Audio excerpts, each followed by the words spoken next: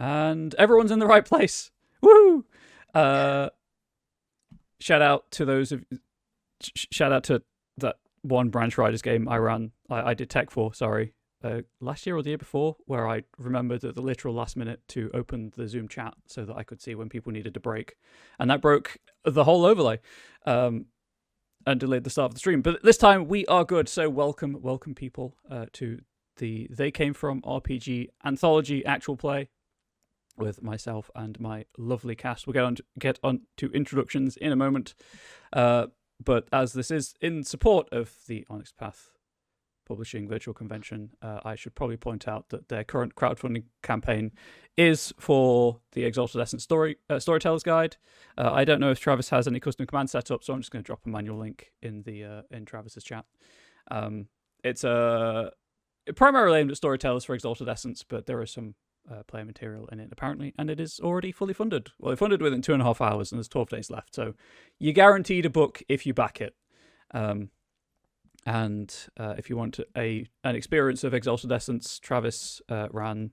It's currently on hiatus, but Travis did run an actual play starring myself and a couple of other people for Onyx Path Publishing a while ago. But life happens as it often does.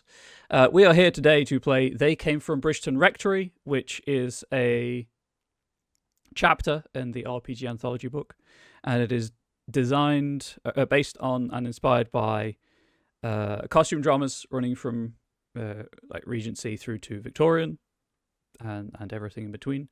And we are hopefully going to have a good time and demonstrate today how you too can run your games of Bridgeton Rectory whilst also having, making it our own, as we hope to do. We will hopefully tell an entertaining story over the next 3 hours, and then by the time we finish, because I'm aware that for one of our players and for potentially the majority of the audience, it is not a great time of the morning, whereas for the rest of us, it's midday. So by the time we're finished here, the convention day will have started, and we'll be raiding over to a panel on They Came From, actually, if we finish a couple of minutes early. I think that's the bulk of the admin taken care of, so I will introduce myself last, because then we can just get started. But let's go alphabetically by, I don't know, first name, why not? Ariana, would you like to introduce yourself, your character, and where people can find you on the internet, please? I am Arianna. I am audibly from Italy, so it's not, oh God, o'clock in the morning for me, fortunately. I don't really exist a lot on the internet. You're mostly going to find me on Discord and various gaming servers, going by several subsets of my screen name. I like playing new games, trying them out, not learning the rules. And I probably never consciously consumed a piece of Regency drama media, so that's gonna be fun. My character is the professor, an esteemed professor from the University of Ca' Foscari, Venice, who has traveled the world and is now looking for his next adventure. Do they have a name? Yep.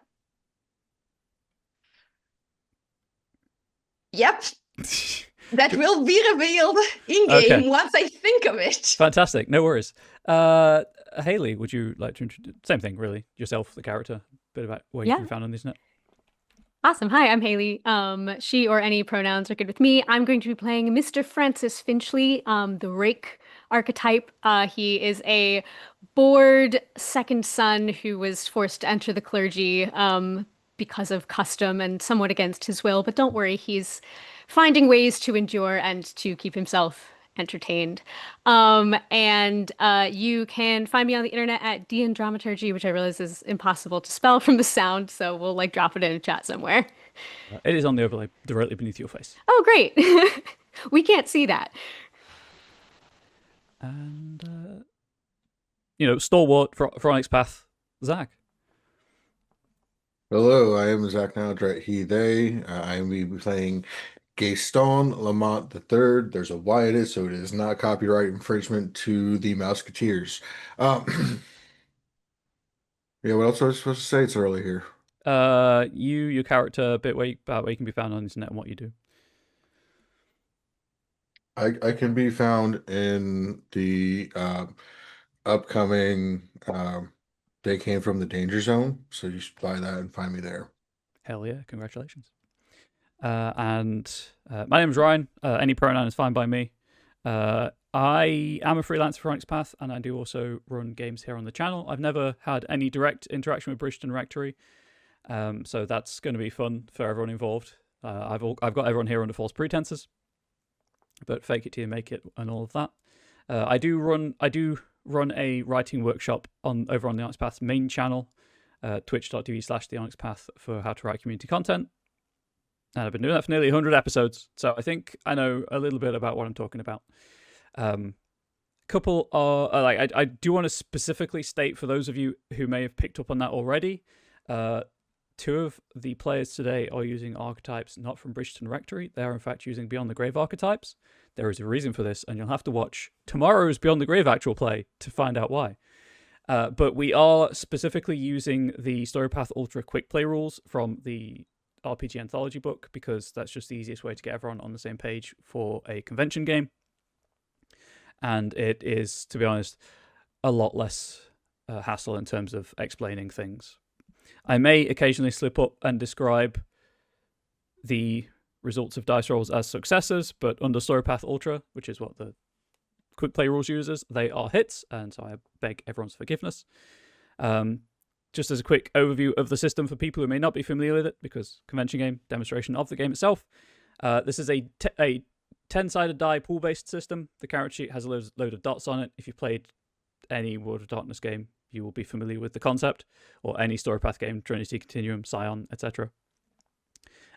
You count all the dots you have, you roll that many d10, and 8, 9, or a 10 is a hit. A 10 counts as 2 hits. None of this, you need multiple 10s for it to count as 2 hits nonsense that from other games that we won't talk about because there are licensing problems.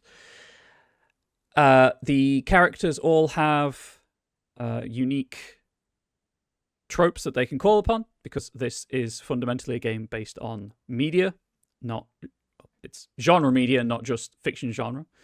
And so they have tropes that they can call upon, and they have a shared resource called rewrites, which can do a couple of things, but which players all have access to the rules primer, which explains what they can do. But they can be used to power cinematics, which are meta-fictional abilities that can change things for hopefully the better. We start with 3 rewrites because there are 3 players. I'll keep a note of that in the Zoom chat. If someone thinks I've forgotten to add one, please do prompt me or just add it yourself. And that pool caps out at 9. I believe it is 3 times the number of players. But as hopefully you'll be generating them, please do feel free to spend them. And if you have any questions about what a rewrite can do, which is on page 2 of the rules primary thing I sent, although they are pretty self-explanatory, please do ask. I think that's kind of the main things we need to know to get started. So just as in terms of like mechanics, in terms of system, They Came From, as I mentioned, is based on media genre, and we had a discussion off stream about how closely we were hewing to the conceit of the They Came From series, as this is a movie. You're playing actors playing characters in a movie or TV series, and we've agreed that we're going to lean into that.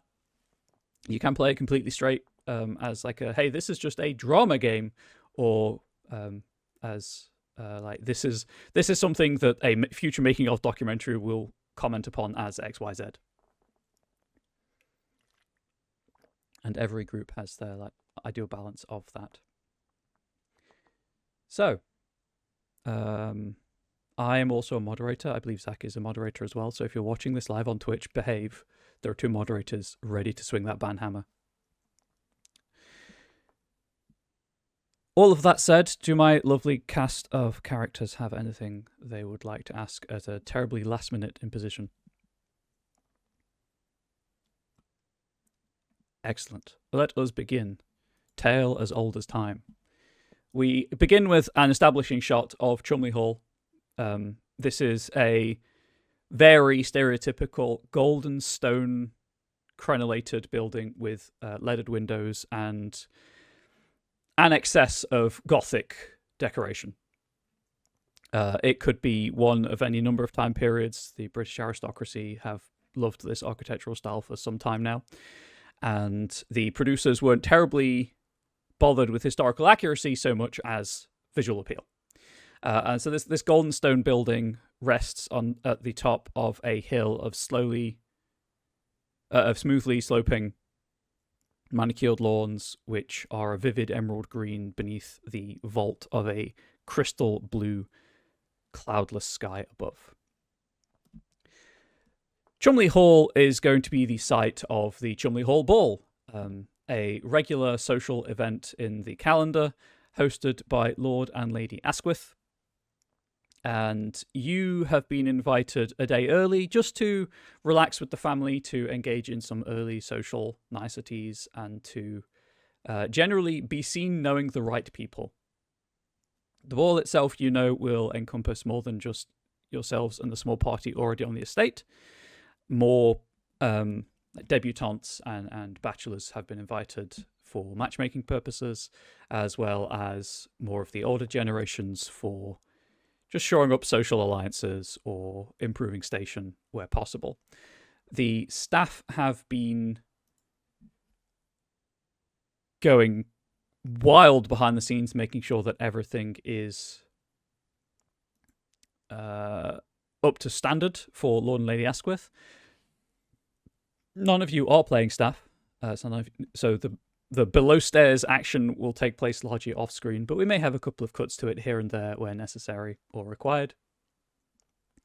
But you are all the right people in the eyes of the Lord and Lady, and therefore you are all utterly unconcerned with the necessaries of silverware and food preparation, and ensuring that all of the bedrooms are prepared and all of the guests are suitably prepared for, with their many, many foibles.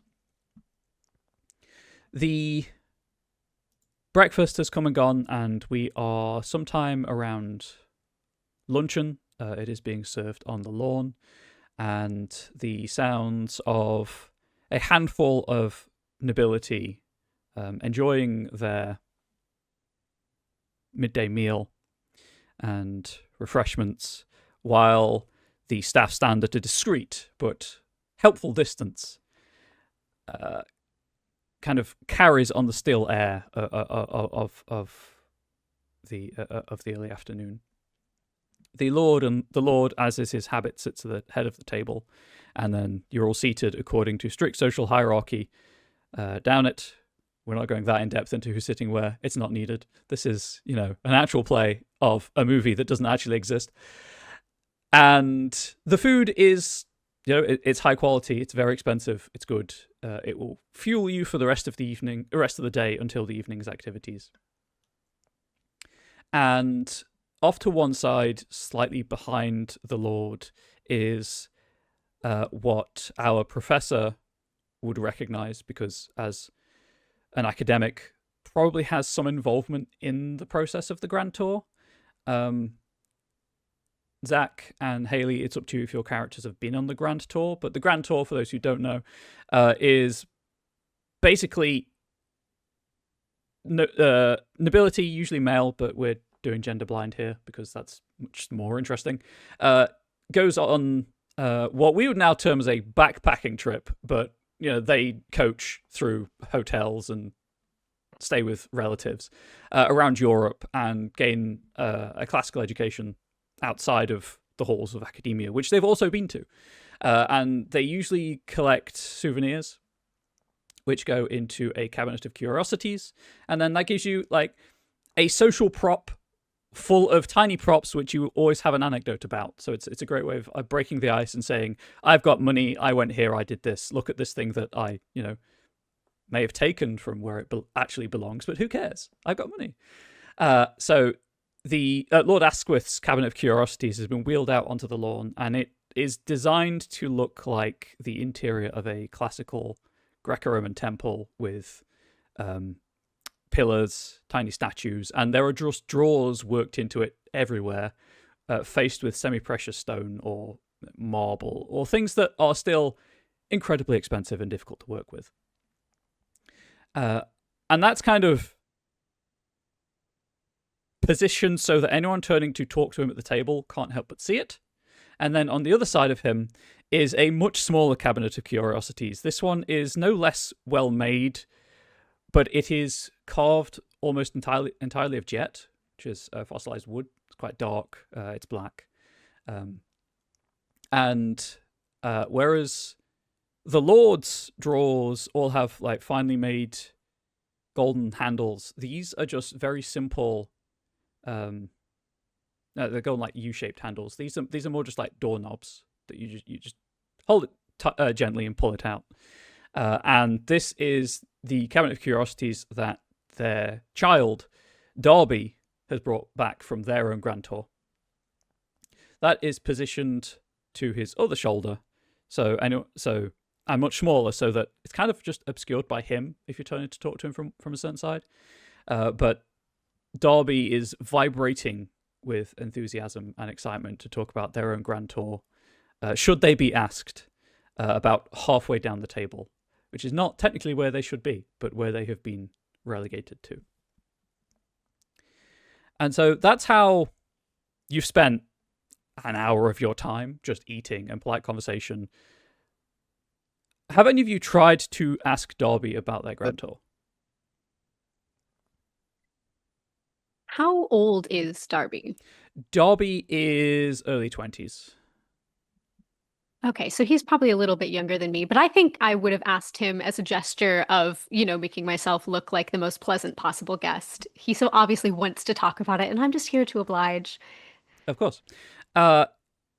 He starts going on at great length about just a couple of anecdotes that stood out to him. This is quite a recent experience for him because he's just got back, so he doesn't need the props to really demonstrate. He can describe them in accurate detail, and he does occasionally want to, you can see him restraining himself from getting up to get something from the cabinet. And then this goes on for a few minutes of enthusiastic, passionate discussion on his part. Obviously, it's up to you how passionate and enthusiastic your replies are. But every time, one of his parents just cuts him off. And he visibly deflates until asked again about something later in the conversation.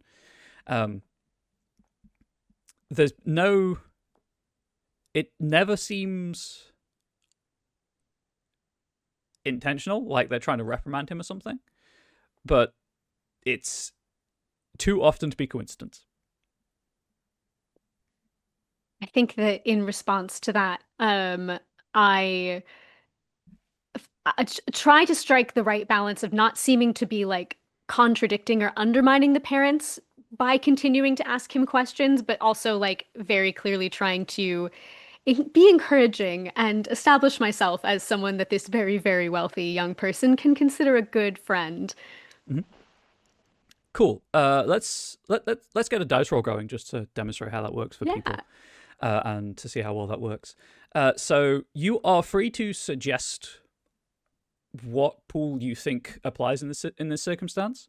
My initial reaction would be perhaps cunning as a way of that feels right. Understanding the social nicety here, and then culture or integrity as a way of culture would be phrasing it in such a way that you surpass or you tick all the social niceties, right? There's nothing wrong with what you're saying. Or integrity is I will not be challenged on this. I want to talk to your child. Well, I quite literally have no integrity, and I don't think that's the tactic that he's going for here. So I will do culture. Fantastic. I'm going to put this at difficulty 2. So you need 2 hits of 8, 9, you need to roll 8, 9, or 10, and 10 gives you 2 anyway. And there that are is exactly how many I got. 2 Fantastic. hits. So 2 hits. Darby's mother, Letitia,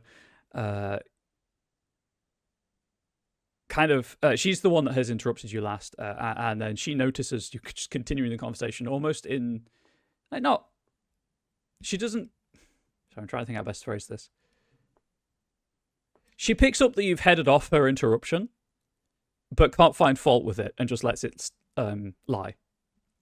You have not gained an enemy. You have not committed any social faux pas. You have, however, potentially gained an ally in Derby, as they take note of this and almost conspiratorially lean. Sorry, are you opposite? It's up to you. Are you opposite or next to Derby? Let's say opposite, so more people are forced to endure this very boring conversation. Fantastic. Yeah, so Darby leans forward almost conspiratorially over the table to have this really increasingly focused conversation. Now that the dam has been broken and they believe that they have carte blanche to just talk about their trip. Gaston and the professor, you are close enough to be hearing this. How are you reacting to, one, the smooth but still undeniable cold shoulder to the lady of the hall?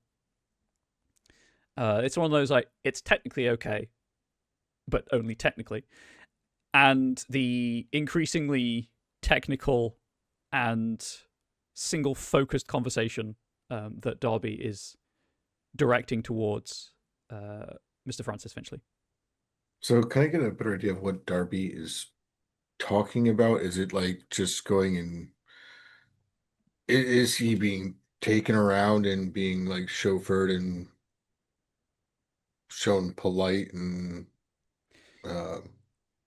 yeah, so classy things, or is he actually getting his hands dirty and it's part of his travels?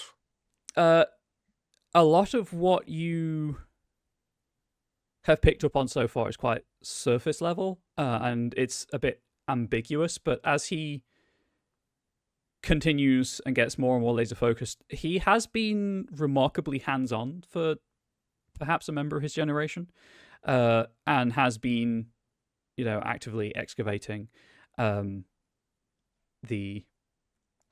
artifacts that he claims are in the cabinet, as well as he does claim to have bagged an eagle, which is currently he himself is learning how to taxidermy properly for display in the hall. He doesn't go into more detail than an eagle, so you can make of that what you will as a skilled hunter yourself. Oh, Gaston is just digging into this eagle. He wants to know all the details of how did he bag this? What bow did he use? Is it a technical things the character would know that the player does not know? Yep, that is absolutely fine. I'm just going to roll an arbitrary number of dice to see how well Darby can communicate this situation. In this situation, sorry, having now been asked direct facts rather than for just general anecdote. With one hit, not well at all. There's a moment of stuttering silence as your questions kind of sink in. Francis, if you can if it's a moment of relief, you can allow that to show on your face, or you can just blank face it. And then it becomes a rather stumbling anecdote about hunting the eagle to its nest and laying a trap and the moment of attacking it. Give me 1 second. 2 hits. It's not entirely clear who actually killed the eagle, as Darby does let slip that they were not alone and that there were other people in the hunting party. But they certainly seem convinced that they were the one that brought it down. Okay. But for your benefit as a hunter, they don't name the species at all. Okay. Um, n- I'm gonna just make an intellect and survival roll, which I think would be the most appropriate to figure out if the story he's selling is bullshit. Yep. You know enough about eagles and how to hunt them that you'd be able to pick up on Yep. inconsistencies. But Gaston is dumb and does not have the intellect to pick up on that, and that is a nice 0 hits. Okay. So you do gain a rewrite for that. And so he's gonna Gaston is going to take everything that Darby is saying as the absolute truth, and then be getting talk about an eagle that he has hunted and what he did, and telling the story. And it is no longer about Darby hunting and what Darby's done. It's now about what Gaston has done. Okay. How graphic is this story? Gaston's story is it come there's more implied heroism than there's graphic.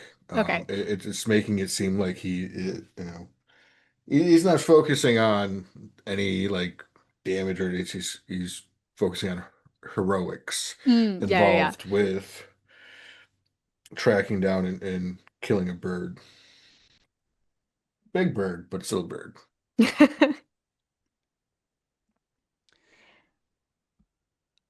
Darby, for their part, is in the immediate aftermath of this seems quite happy that the focus of a more in-depth conversation than perhaps they were hoping to have has been directed away from them. And if you are close enough, your characters, it's up to you, can notice a brief look of relief pass across their face as the questioning stops. How is our professor in all of this? I have 2 questions. Mm-hmm. Has Darby ever touched any subject that is dead on inside my sphere of research? And more importantly, has he ever been factually incorrect to my knowledge? Okay, good questions both. He does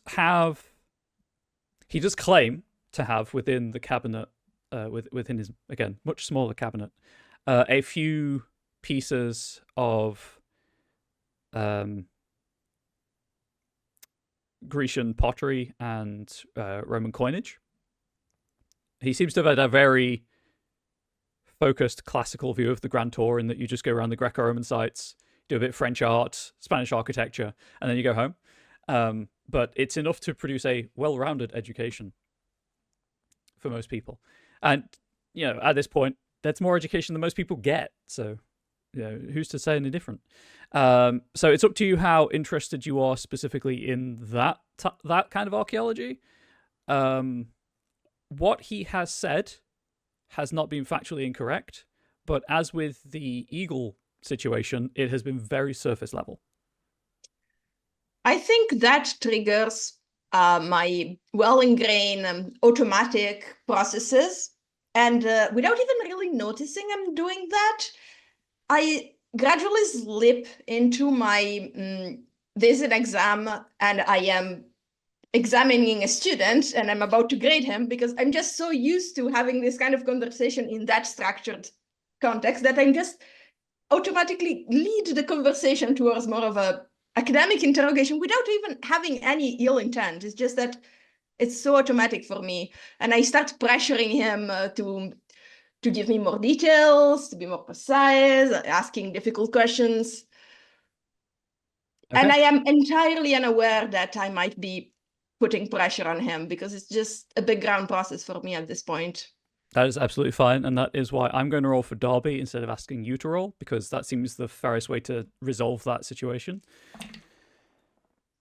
Oh boy, 1 hit. It becomes apparent over the next 10 minutes of interrogation. And this was a scene that the writers debated leaving in or not because of pacing issues, but ultimately the script was deemed to be too short, so some things that perhaps should have been removed were left in. And Darby, you quickly realize, is very enthusiastic, very passionate, very willing to learn, but ultimately probably spent most of the time perhaps partying instead of actually applying themselves to the situation at hand and gaining the benefits of the Grand Tour that you perhaps have seen many other European nobles gain after applying themselves entirely to the education. You think, in your learned opinion, that if they bothered paying attention, they'd be a pretty good student. It's just getting them to pay attention in the first place.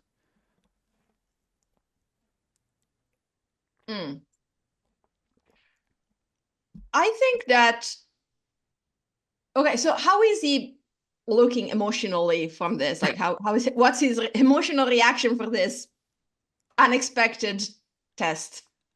One, primarily of anxiety, really. There's been a couple of like pulling at the high collar, high starch collar, a couple of pulling about, a bit of loosening of the cravat, some awkward shuffling on the chair. There has been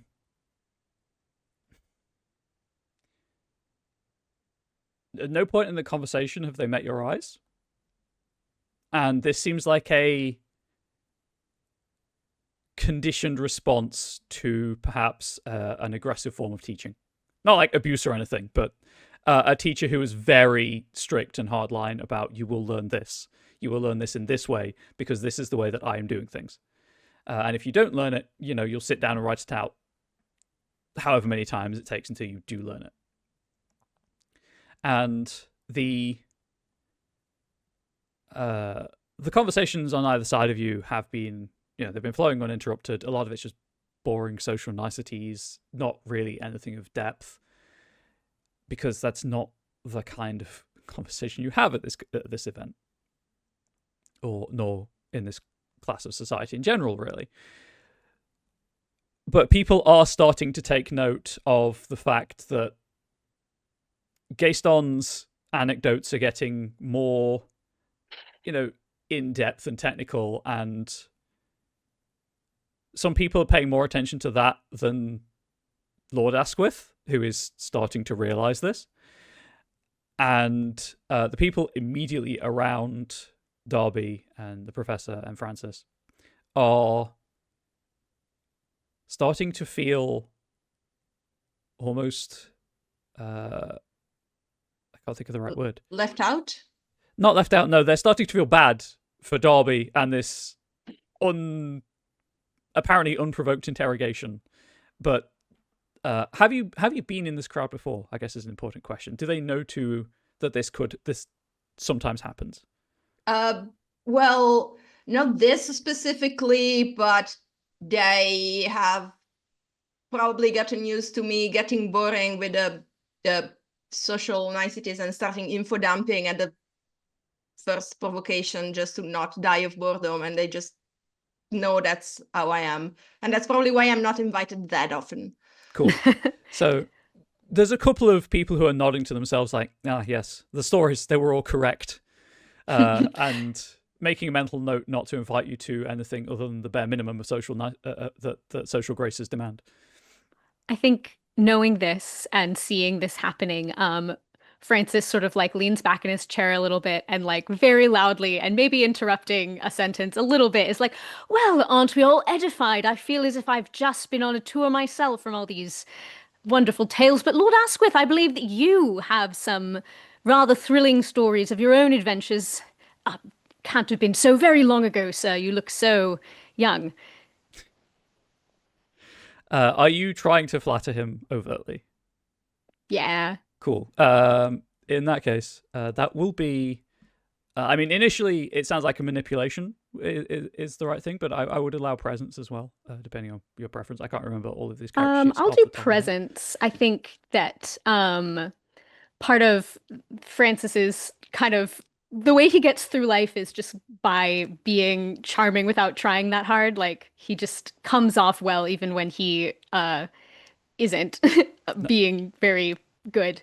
So yeah, I'll do presence. Do you have any skills you would like to persuade me apply in this situation? Because you always need a skill in an attribute. Yes. I think I would maybe go with persuasion. Trying to kind of like draw the like sort of crowd's attention back to the like socially appropriate form of this event. That works for me. That's 2 successes. Okay. It was a difficulty 1 action. Just in case you failed in flattering this man who is extremely susceptible to flattery, and in fact, all 3 of you have probably cottoned onto the fact that this is about him. It's not about his child. So he's very open to the flattery and like gestures to his to a footman nearby to bring something from his cabinet to talk about, and so the conversation turns. And if you happen to look at Darby, there is adoration there. They are incredibly grateful for what you've done, and perhaps an opening, should you want one. I wink at him for sure, at them. They blush and horrid clearing of throat.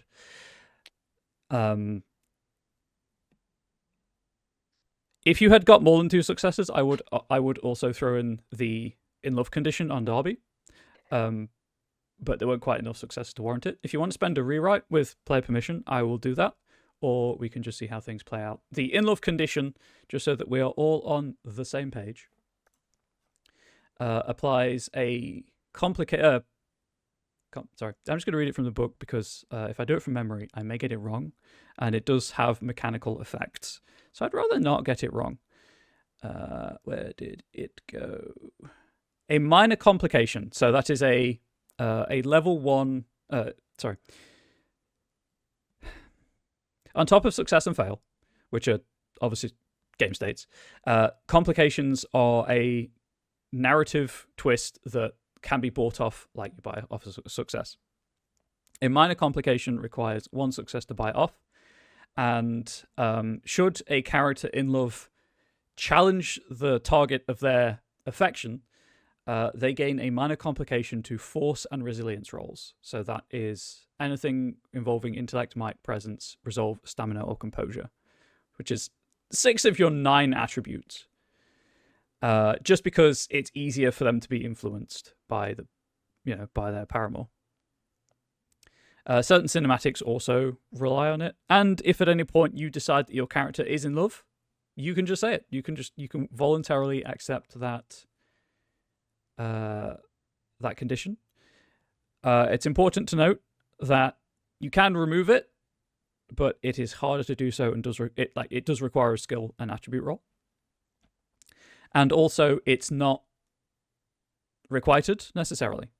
It can be one-sided, or they might just be in love with someone else. So well, I don't. Yours. I think that sounds fun, but I'm also happy to conserve our rewrites if we feel like we'll need them for more important things. What's more important than love? Let's go. That's so true. It's pride. Yeah, let's do it. I will say that definitely this is not a requited love situation. Francis is just sort of here to collect conquests. That's fair. So Darby, for now at least, until something changes that situation, has the in love status effect / condition, depending on how you want to think about it.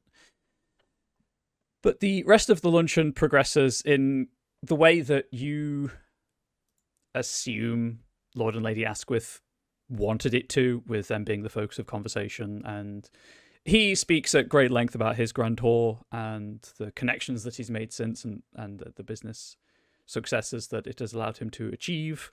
And she talks about social events and the fact that she went on her own grand tour, and comments on fashion and her own business interests. She, while cleaving somewhat to typical gender norms, does actually seem to have a more rounded personality than her husband, as if the writers cared more about her than blowhard stereotypical Lord of the Manor. The luncheon winds up, and the Lord stands, and the cabinets are pushed to one side, and he looks down the table and, clearing his throat, which is a multi-stage process that is not pleasant at all to listen to. As we have some time before tonight's event, I would like to invite anyone who wishes to join me on a hunt around the grounds. We have a plentiful supply of game. And I have been informed by my wife that there will be games of chance and sport on the Italian lawns.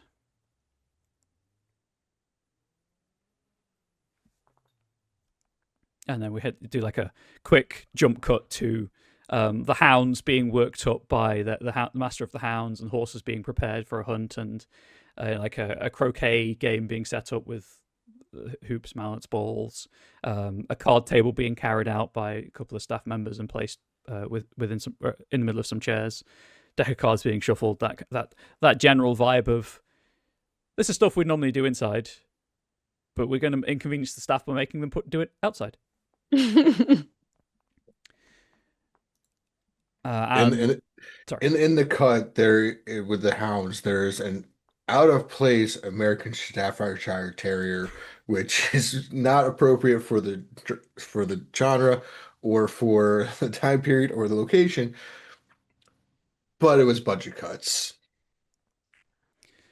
There's like a fan theory that this was a nod to the nationality of like one of the writers who was originally brought on but subsequently fired for trying to make it too American. But the production team were like, they did a good job, they gave us the bare bones, we need to put something in for them.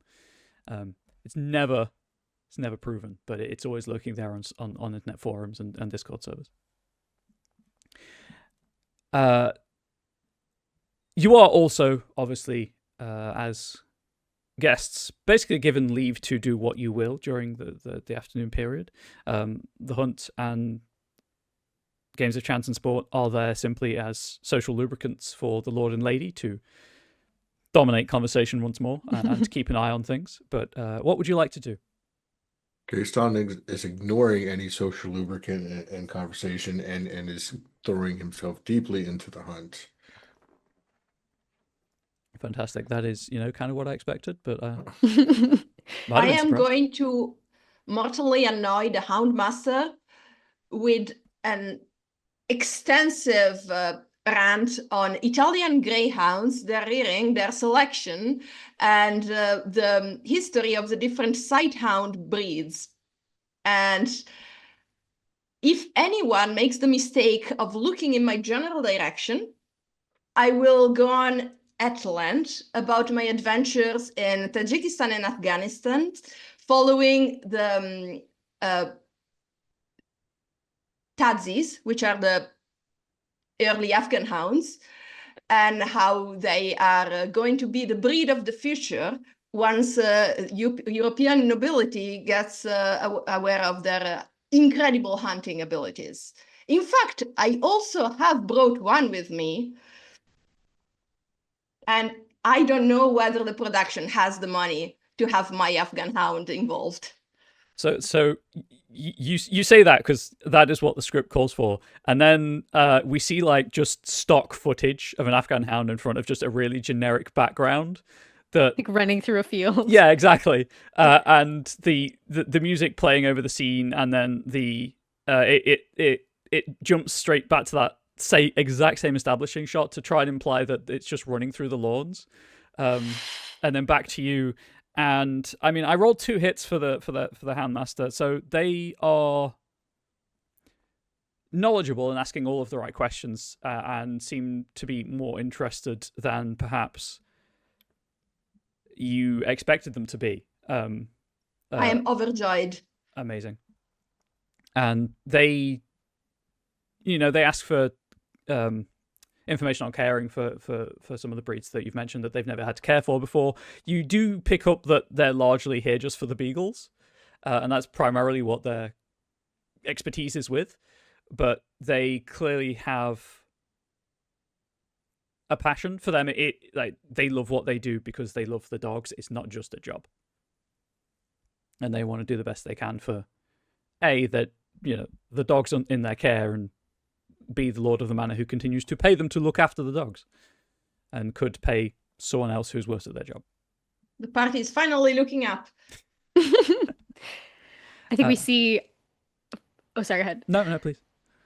We see Francis sort of strolling across the lawn with like a croquet mallet over his shoulder, and we see him kind of looking at Gayston and the professor, and he sort of wanders his way towards the like prettiest, richest local single woman who also is playing croquet, and kind of like glancing at the two of them, going crazy about the dogs, is like, quite the interesting set of guests at this party, is it not?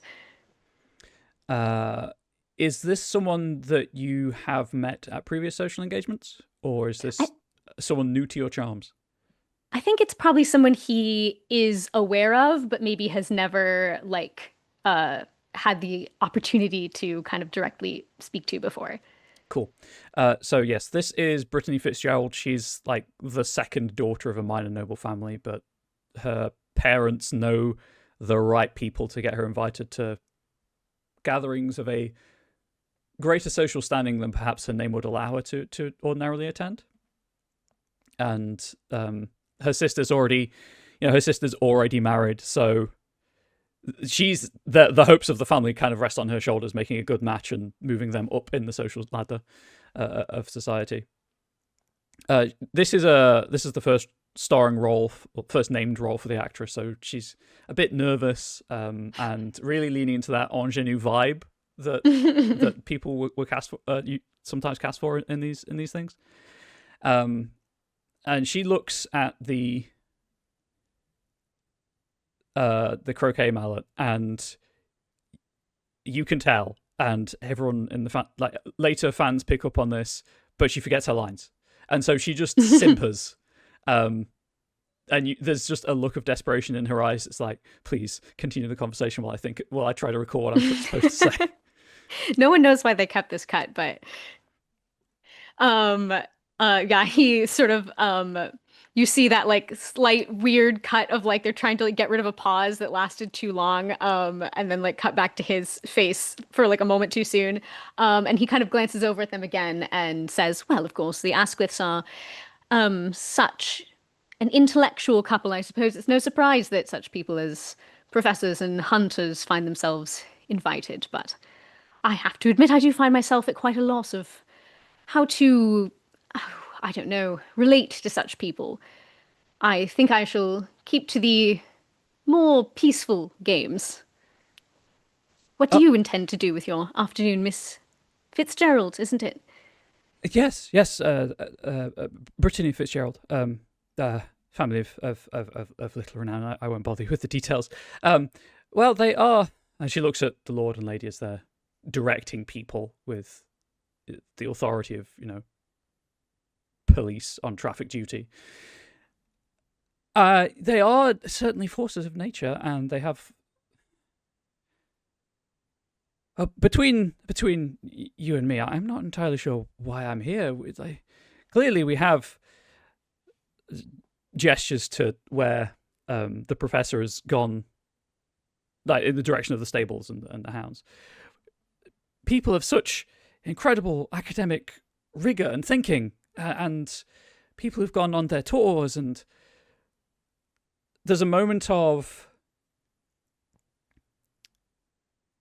it's admiration without being adoration, if that makes sense. As she looks at Gayston in the distance preparing for the hunt, of just such grand skill and achievement. And then so out of character, I assume as a member of the clergy you are dressed accordingly. Yeah. Cool. He's got like the black and the little collar. And such worthy folk as yourself in service of the church, which, just as a point of order, at this time period, the clergy was, for a lot of people, just a career. It wasn't a spiritual calling in the slightest. So, Certainly for Francis, anyway. Exactly. It's like, if you're not there, you're probably going into the church. But it still has that gravitas to it, right? Such spiritual worthies as yourself, and I myself have little knowledge beyond running a small, although I do flatter myself to believe it is a successful business. A business? What is your business? I'm Oh, fascinated. my parents have some contacts. And then there's a slight cut here where an ADR dub has been made, and her lips say the Orient, but she says China.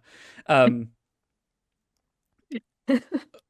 this has allowed us to import tea leaves of the highest quality, and I run a small tea shop in the grounds of our estate to supplement not only our family income, but also my allowance. How enterprising. I think we have found our answer to your presence here.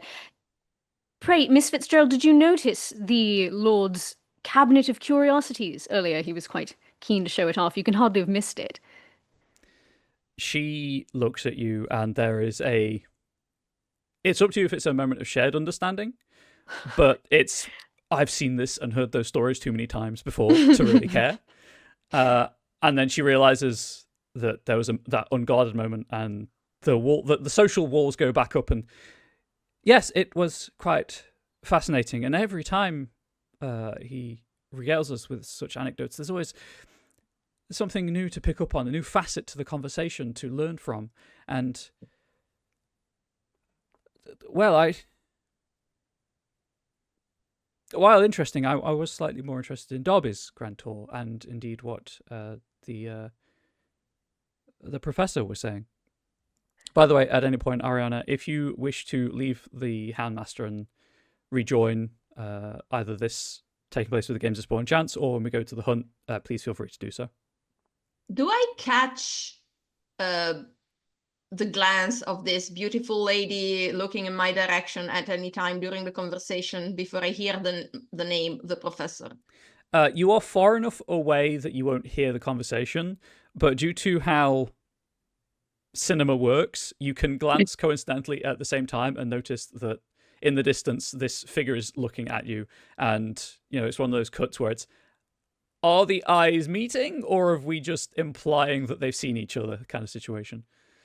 Well, in my book, she's talking with a priest, and being Italian and Catholic, I completely missed the fact that the priest could have any interest in this woman because he's a priest. I'm Anglican. Yeah, but like my automatic reaction is, oh, it's a priest, it doesn't count. So I catch the glance of this beautiful woman, and therefore I wrap my dog conversation and make my way towards this woman that I've never seen in my life, and I gather looks kind of stunning at the moment. Yes, she is what would be described as a social beauty.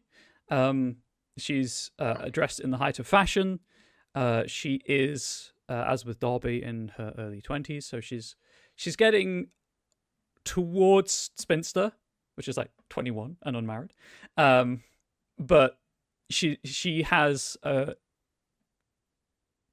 either, in terms of the narrative, and the writers never made this clear, there is either a reason she is unmarried, she is as yet unmarried, or the producer specifically wanted this actor for the role, even though she was perhaps a bit too old for it.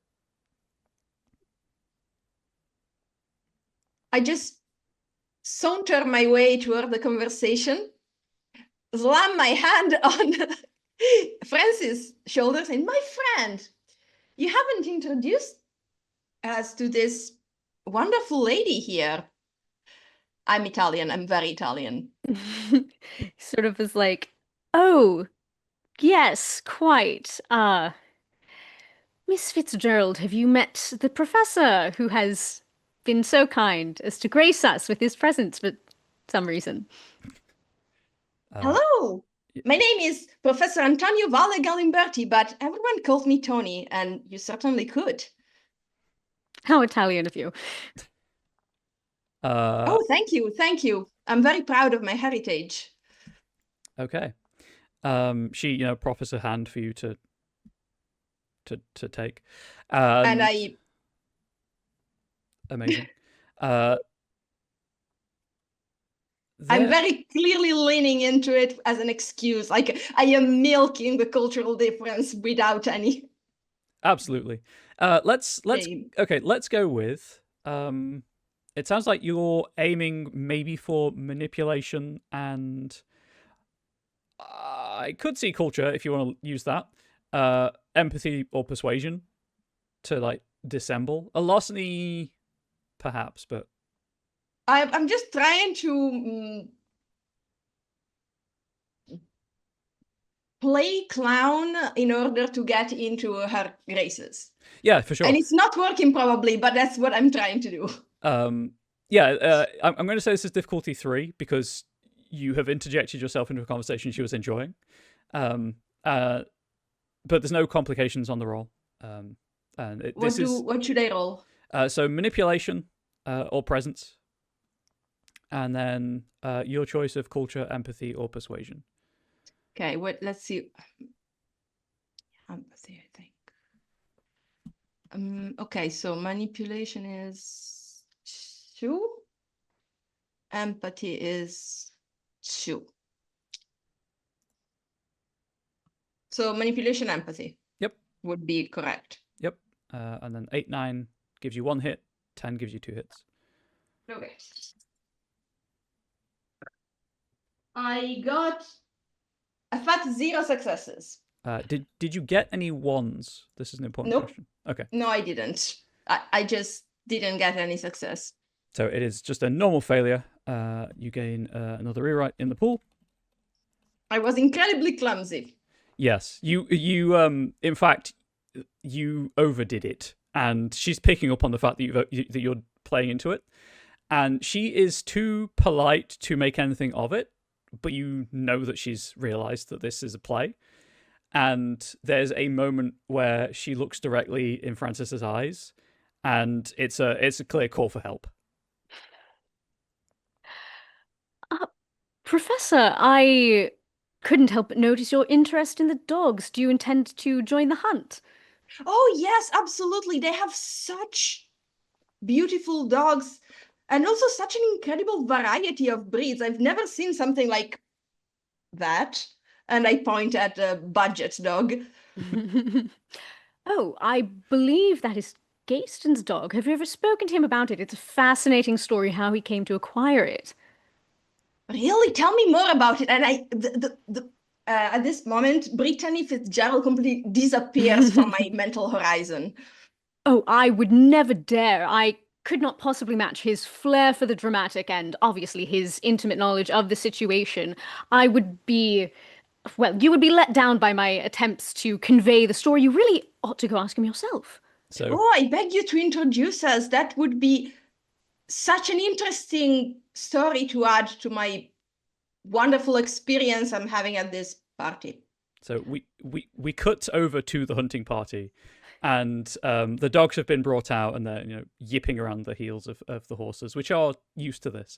And Lord Asquith, sorry, is just staring at what is the name of Gaston's dog? Rosie. Lord Asquith, it's going to keep happening, is staring at Rosie, and Gaston is actively, like, aggressively wrestling with her. That might be frightening to some others, but it's just a little pity playing. So she's like growling and snarling, and the other dogs are like kind of nipping, and they're just being ignored. I yeah, realized I've said your name wrong, but I claim that as an affectation on Francis's part. Lord Asquith just looks confused at the concept of someone playing with a dog. He's standing there surrounded by beagles who are clearly having the best day of their life, because let's face it, that's what beagles do. They just have the best day of their life every day, and just want to play.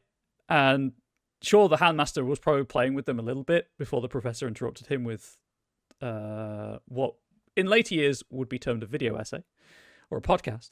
But like, they've been let out, they're having fun, they want to play, they want to run, and the only one who's being played with is this off-budget dog that doesn't fit in any way, shape, or form with the rest of the scene.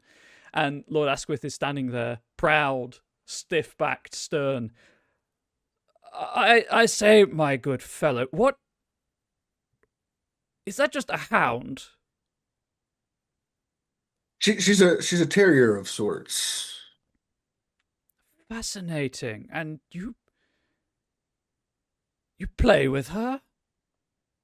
Oh yeah, she's got so much energy. She's just gonna like she would just knock you over and lick your face and for like an hour and a half if I, didn't work out this energy from her. There's a look of Watch. revulsion. And he just points at him and she bounds over and jumps up like to try to lick him in the face. Would you like to roll 3d10 for Rosie? Yes, I would. It's difficulty 1, because he's just surprised. Well, she only got one hit, so She slams into his chest and licks him in the face and then just falls. And he is... I mean, I've had this done to me by a Staffordshire, just like an English Staffordshire Bull Terrier, so I know the weight of them. And the actor wasn't prepared in any way, shape, or form, and the producers, the editor, left in the one take of him getting knocked onto his ass on the ground, shock on his face, muddied paw prints on his jacket, which are missing in the next shot entirely because the scenes were shot out of order. And well, that is certainly a novel experience. And he he stands, brushes himself off. Would you? How does one go about acquiring? How did you get such a dog? All right. So we were on the trip. We got separated from our original guide, so I had to take point, and we found this mom dog just wrestling with a bear. Have you been to Nova Scotia? Wonderful, wonderful place, wonderful place. It's very cold. You need to wear, bundle up appropriately, but it's just beautiful, beautiful place. So this dog was wrestling with a bear, and it jumped in, helped out came to the dog's rescue because it's a bear. That's what you do with a bear. So then me and the dog were wrestling with the bear. Bear ran off. And the dog, was injured. Give her some food. She's brought me back to, she had some puppies, and that's where I got Rosie from. Fascinating story. What were you doing in Nova Scotia? Hunting. What Have you ever seen a moose? Have you ever seen a moose? Well, in books. I really wish I would have seen a moose in person. So if you can imagine a horse, but bigger, and then with these giant horns. So like 2 horses, and then like a horse worth of antlers on each side. Yes, they're mighty beasts. A dear friend of mine has one in his collection. Stuffed, of course. He took it down himself. The professor is like eyes sparkling like a child at Christmas. Oh, I need to see that. Oh, well, I could perhaps arrange an introduction if you like, Professor. That would make me so happy. I've never seen a moose in my life. I've read so much about them and their habits, but I've never seen one. Alas, we don't have one in the estate. We have a few stags with a good number of points to their antlers each, but no moose, just deer. Although perhaps, and he eyes Gayston up as if there's no dissembling with this man. There's naked ambition about attracting attention to his estates. Perhaps if you could capture instead of kill a moose, you could bring one here. Oh, I would pay handsomely, of course. I mean, I would need a custom boat to fit a moose in it. Hmm. I mean, we're talking Noah's Ark style, like boat for the room to make it to that it'll fit a moose. And it's gonna like eat half of it on the way over. That's a long boat ride. Yes. Perhaps this is a conversation best had another day. And the Lord turns to like include I assume Francis has come with the professor. I think he did to like make the introduction and has been trying to like creep back to Miss Fitzgerald, but when Lord Asquith like turns, he sort of freezes, like tries to pick up. Yeah, I'm listening for sure. Mr. Finchley, are you here for the hunt? You usually at these events occupy yourself with my wife's games. Yes, I would much prefer to occupy myself with your wife's games. So I shall bid you all the best of luck with your many pointed adversaries, and my prayers go with you. Yes. Well, best of luck with the I believe it's cards today. Best of luck with the cards or the don't hit the balls too hard, as they say. Oh, yes, as they do say. And he just blanks you. Like, just, you're no longer there as far as he's concerned. Just like, "Duh, duh, duh." Never got that game. Why wouldn't you hit the balls hard? That's what you're supposed to hit the balls for. He's clearly remembering an incident in the past. It stretches on for a bit too long. Yes. Well, when my wife first learned the sport, I had to put my favorite horse down. She hobbled the poor thing. But what? Gaston is going to actively pursue this line of questioning because does not understand how a horse can be brought down by a croquet mallet Okay. or a croquet ball because it's the mallet that maybe.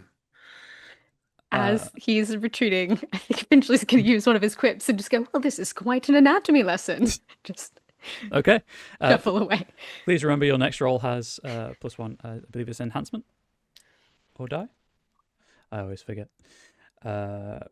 Regardless, +1 die for your next roll. Incredible usage of the quip. Is the professor staying or leaving?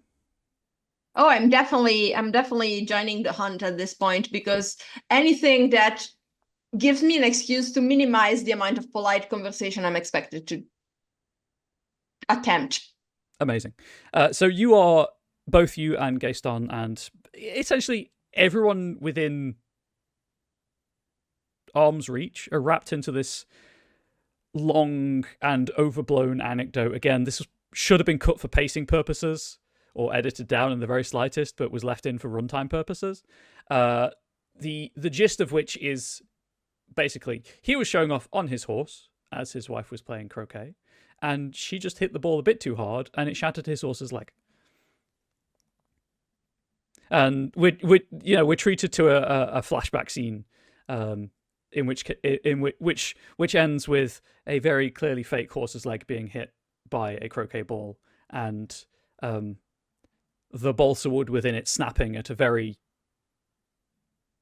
maybe anatomically impossible angle, and then the camera kind of cuts back to his face and zooms out as he pulls himself back from his reverie, and well, rather put a cramp on that year's Christmas hunt, really.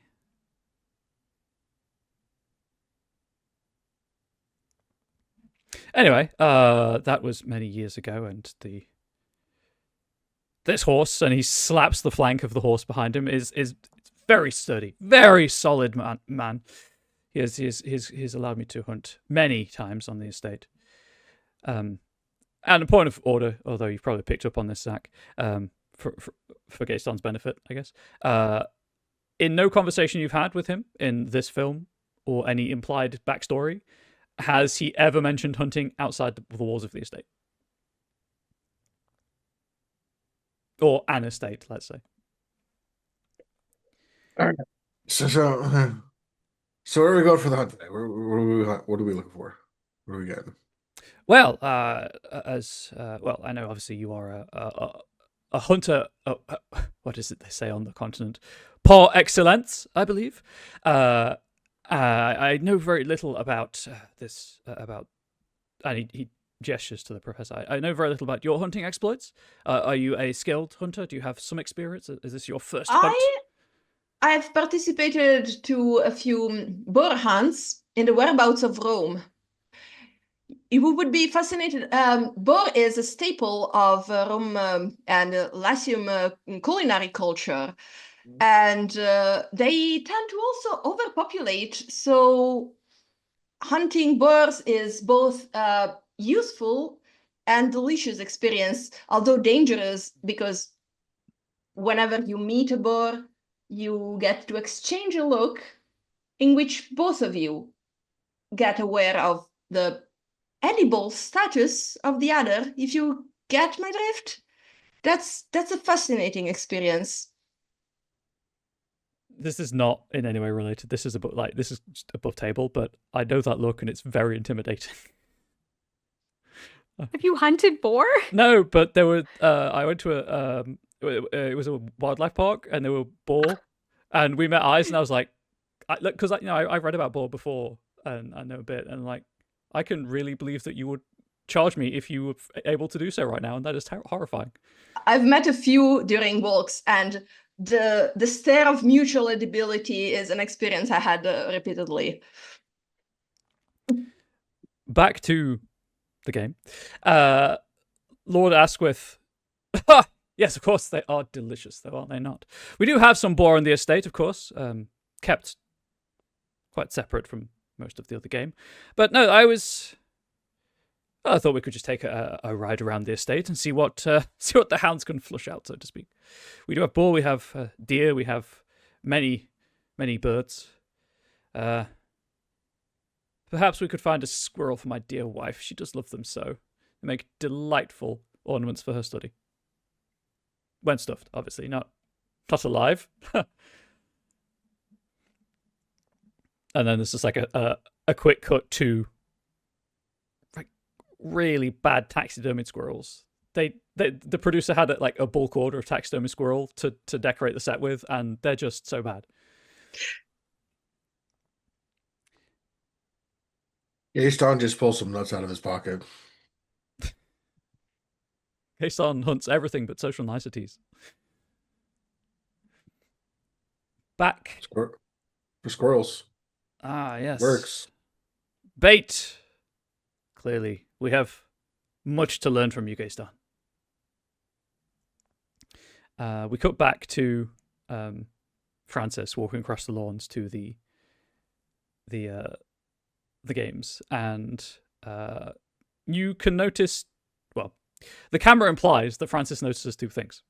One, that Darby is leaning, I believe the word is loosely, against a statue that has been set near that the card table has been set near, and is paying studied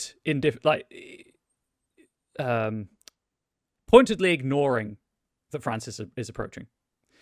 And then it pans slightly to the right, and Brittany Fitzgerald is not ignoring that Francis is approaching, and is actively watching you walk back across the lawns, faking a test swing with her mallet, but clearly just looking at you.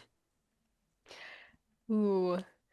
I think we like kind of coming close on his face, and you can see like the sort of mental calculations taking place of like how to proceed with this, because there's opportunities in both arenas. And then we sort of see him like cast, and I think for the moment like unexplained glance towards like another group of people, as if seeing whether anyone there is. Yeah, it's maybe no one seems to be looking like when he looks over, so I think it's not clear right now what he's doing. But then he looks back and I think is going to try and sort of like, how far are they standing really far apart, or is there a way for him to kind of like split the difference and kind of come to both of them? No. Do you prefer feet or meters? You know, I failed geometry. Both are bad. Just as a general, I'm going to assume that it's a reasonably even split with an American and a European in the cast. We do meters. We're fine. Are you all okay with meters? Cool.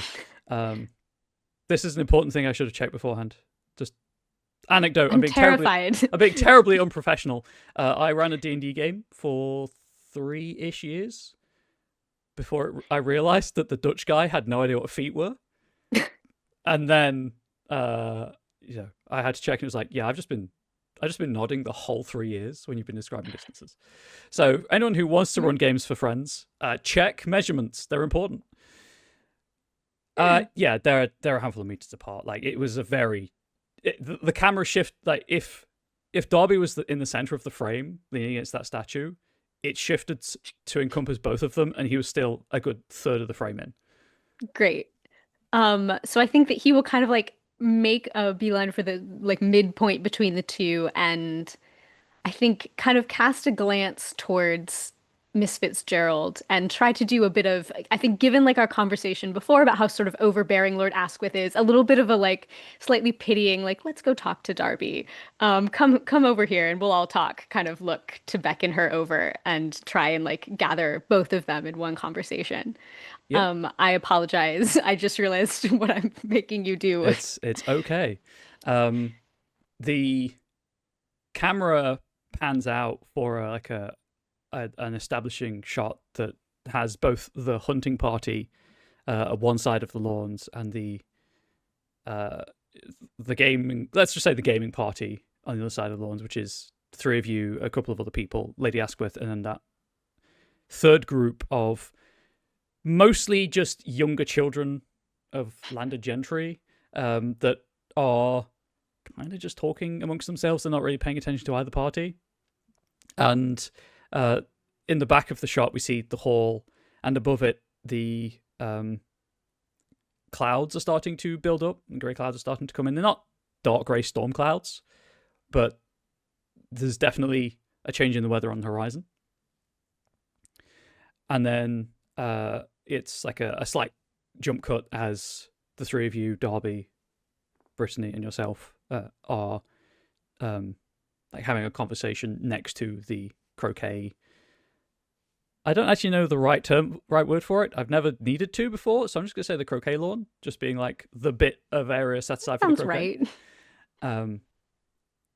And Darby deigns to notice you, although it's very obvious that he's been painfully aware of you the whole time, as you and Brittany approach, and straightens up from the statue that he'd been leaning against, and it's not like a side-eye kind of situation, but definitely regards Miss Fitzgerald with some degree of negative emotion about intruding on this. Mr. Finchley, how pleasant of you to join us. I thought that you had joined my father on the hunt. Oh, no, I'm afraid I'm not much of a hunter. I prefer more sedate forms of entertainment. For example, Miss Fitzgerald and I were just remarking that we didn't have the opportunity to see the inside of your cabinet of curiosities earlier. I don't know if you'd deign to give us a viewing. Please bear with me 1 second while I check something. Okay. Well, and he, bless her, he looks directly at Miss Fitzgerald. I had no idea that other people were interested, as you were the only one talking to me at luncheon about it. But of course, I will be more than happy to let you handle my cabinet of my curiosities, if you so chose. They're quite firm. I'll be honest, and he leans forward conspiratorially. He does include Brittany in this. Some of them are replicas. I was unable to afford the originals, and then pulls back and is a bit chagrined about this. I think he just like smiles very winningly and kind of takes both of them in like a kind of conspiratorial, like, well, we certainly shan't say a word about it. I'm sure they're very impressive, even so. Brittany is looking at your face, and her eyes linger on your lips, And yes, my lips are entirely sealed, of course, as you lead them to the cabinet, which is when, you know, the walk over there is edited out for pacing, and you're in front of the cabinet, and 3 of the drawers are missing. And Darby is, oh my, a thief! We have a thief among us! And he just starts yelling thief. Those of you at the hunting party, you hear this. Lord Asquith doesn't. He's lost in his own anecdote. What? Did you hear that? Oh, Darby causing problems again. I should probably go and see what he wants. They are prone to kicking off if they don't get their own way, after all. And starts stumping his way over. You can follow, obviously. And I look toward Gayston and say, well, I guess we're hunting a different quarry now? Hunt's a hunt. When you get down to it, it's going to be the same thing. It's, it's a little bit different. The tracking is going to be a little different. I was speaking metaphorically Oh, for now. what's a metaphor? It means you catch thieves, you don't shoot them.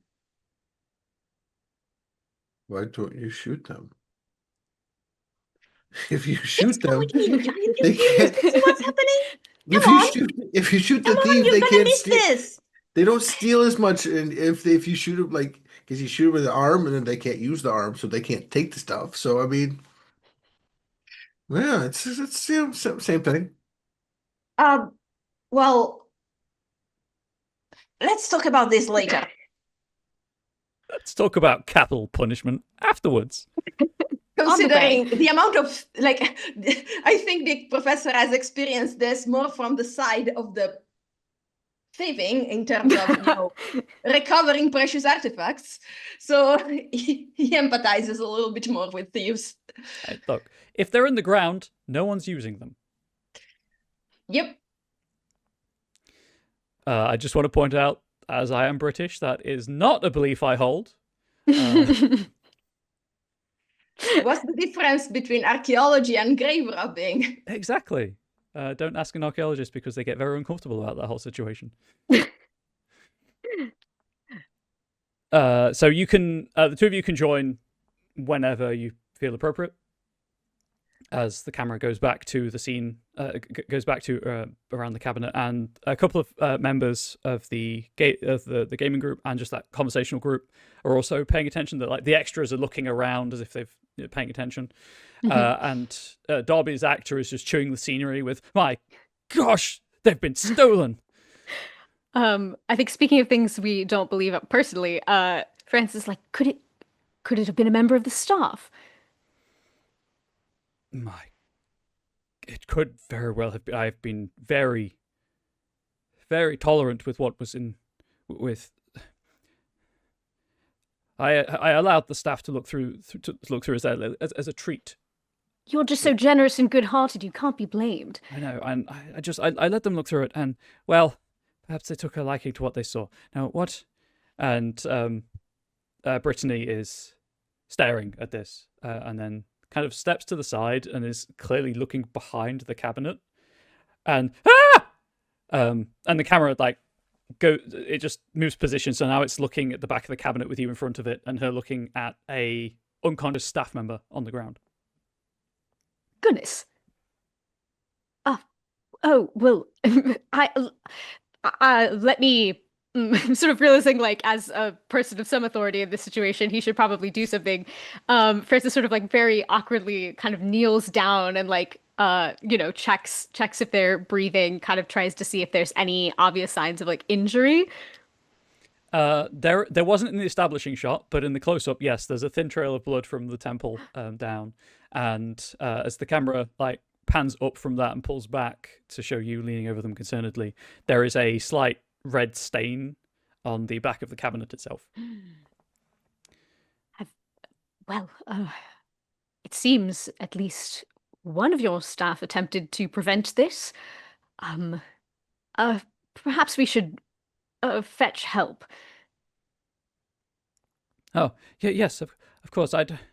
And Darby is, were we playing a different kind of game? And, with the caveat, we don't advocate for domestic violence here. Darby's in that slap them, they're being hysterical kind of frame of mind. But as they are, in fact, child of nobility, they're just being left to melt into a puddle of insecurity. And Brittany Fitzgerald, yes, right. Well, in circumstances such as this, we need... Well, T always does Mama quite well when she's having a similar turn. Somewhere to sit for Darby. T, of course, for the servant. I Yes. so admire your practical frame of mind, Miss Fitzgerald. It truly is so essential in times of crisis like this. I suppose it's something about, well, second children like ourselves. We learn to make do, don't we? Oh, But I assure you, Mr. Finchley, I can handle myself and any situation I find myself in quite well. I sensed that in you. Forgive me, I am becoming distracted from the matter at hand. Why don't you go fetch some tea? I'll see to poor Darby here. So she disappears in the direction of the hall and to find a member of staff who can resolve this problem. Yeah. As you turn to Darby, and we're about halfway through. Would everyone like a quick break? Quick bio break. So as you turn to help Darby, the camera zooms in on the staff member who groans, and their moves slightly, and their hand opens to reveal a button with a family crest engraved on it. And we will take a short 5 to 10 minute break. I'll set the pre-roll going, and audience, hopefully you're enjoying things. But we'll see you in 5 to 10 minutes. And we are back. I love that so much, Zach. Was that intentional? Like, did you get the tattoo specifically for that bit? Yeah. I applaud that Amazing. commitment. So, before the break, we had a dramatic reveal that possibly not a staff member has stolen something from Darby Asquith's Cabinet of Curiosities, the collection of trinkets, curios, and relics that they have brought back from their grand tour of Europe. And we resume. The camera pans back from that dramatic shot of a button engraved with a family crest lying on the lawns of Chumley Hall. 1 second. Oh, can someone check the Twitch? Oh, it's an ad. Never mind. We're experiencing a brief outage due to a shift change. Could someone else check that's what they're getting on the Twitch stream? The what? I got it. It's showing on mine. Cool. So Twitch itself is down. It's showing no to Fascinating. me. Interesting. Okay. Maybe it was just an ad, and anyway, we appear to be back for me as well. Yeah, so we zoom out and of that dramatic reveal, and the clouds are starting to thicken above the hall, and there is a slight wind now blowing, dramatically blowing everyone's clothing in a fashionable and cinematic manner. Darby is continuing to be a quivering pile of insecurities and suspicion about who could have done such a thing, and is throwing out names of, you assume, staff, but Francis, you also recognise minor members of nobility, none of whom are here. So unless they've crept onto the grounds, none of whom could have actually done it.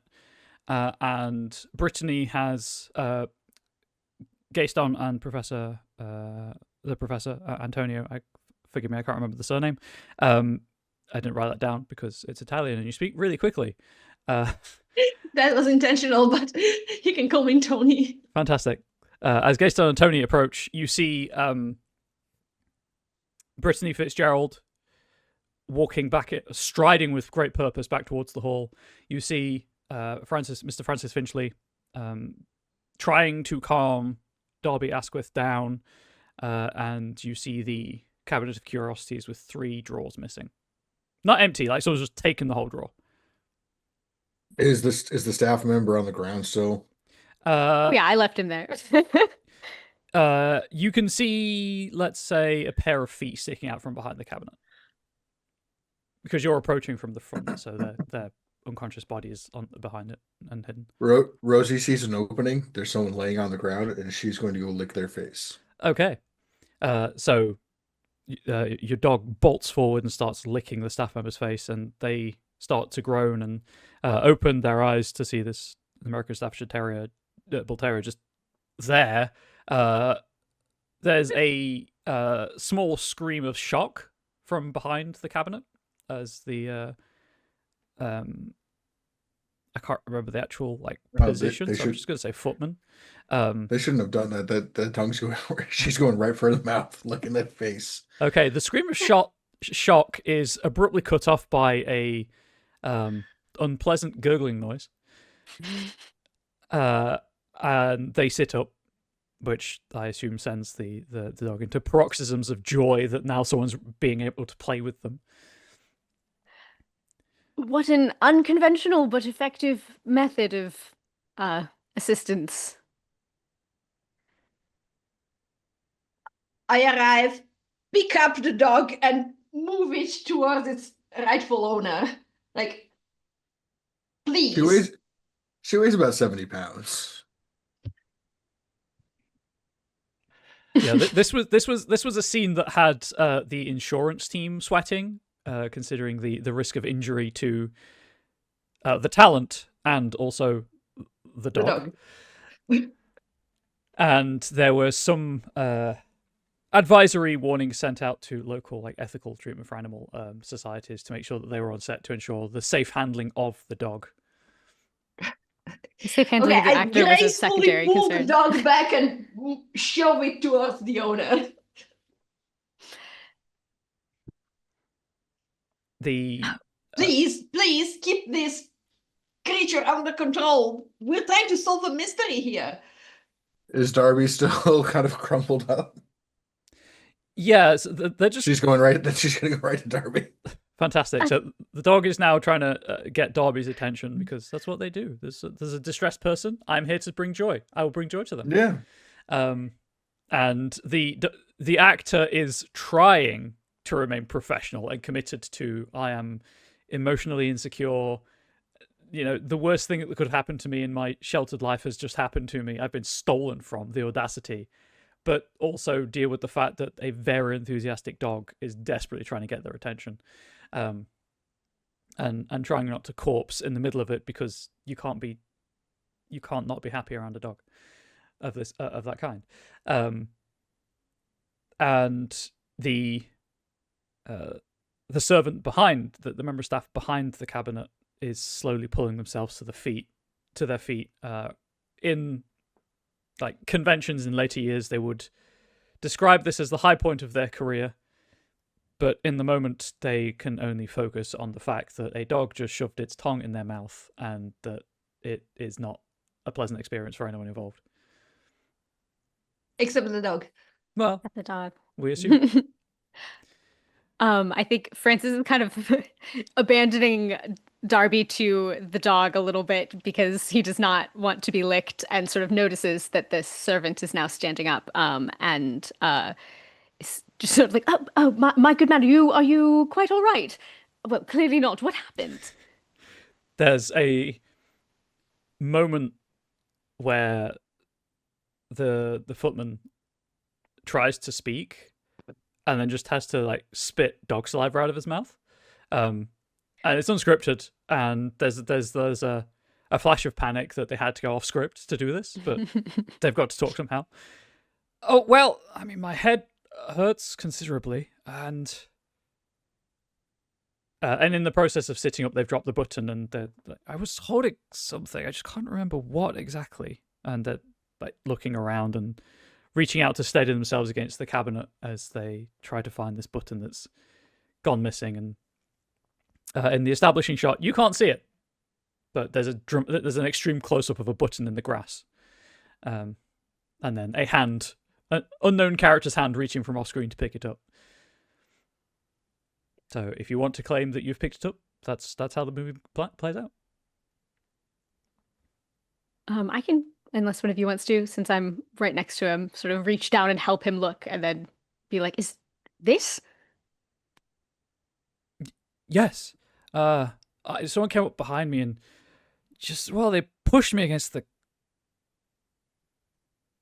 cabinet, and I fell, and I remember grabbing anything to stay standing, but I guess that came off in my hands, and then everything went black and then there's a look of fear at the dog that's still bothering Dobby's lower, like waist down.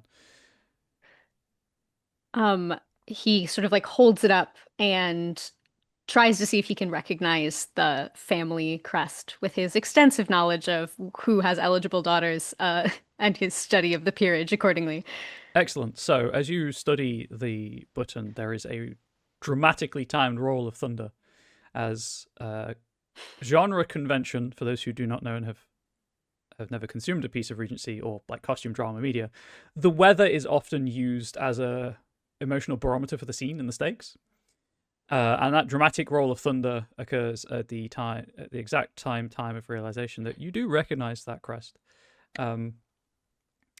It is the same. It's the crest for the family of your beau or belle. A beau. Yeah, we decided beau. Who is here. You do know that he is here. However, you know he would never be caught dead wearing golden buttons. I think we see him like clasp his fist around the button and then turn back to the rest of the group and to the servant with a sort of like breezy, like, "Oh, it's just a bit of trash. I suppose it's not anyone's emblem at all, just trinket. I suppose someone wore it to make themselves look important." Would you like to make a roll to see how successful you are at deceiving people? I would so much love to do that. So that seems like a manipulation or composure, depending on how you'd like to lean into it. I'll do manipulation, and then I guess persuasion. Yes, persuasion or larceny would probably be the best two for this, but larceny, to my mind, is more like the physical side of things. Yeah, they're the same for me anyway.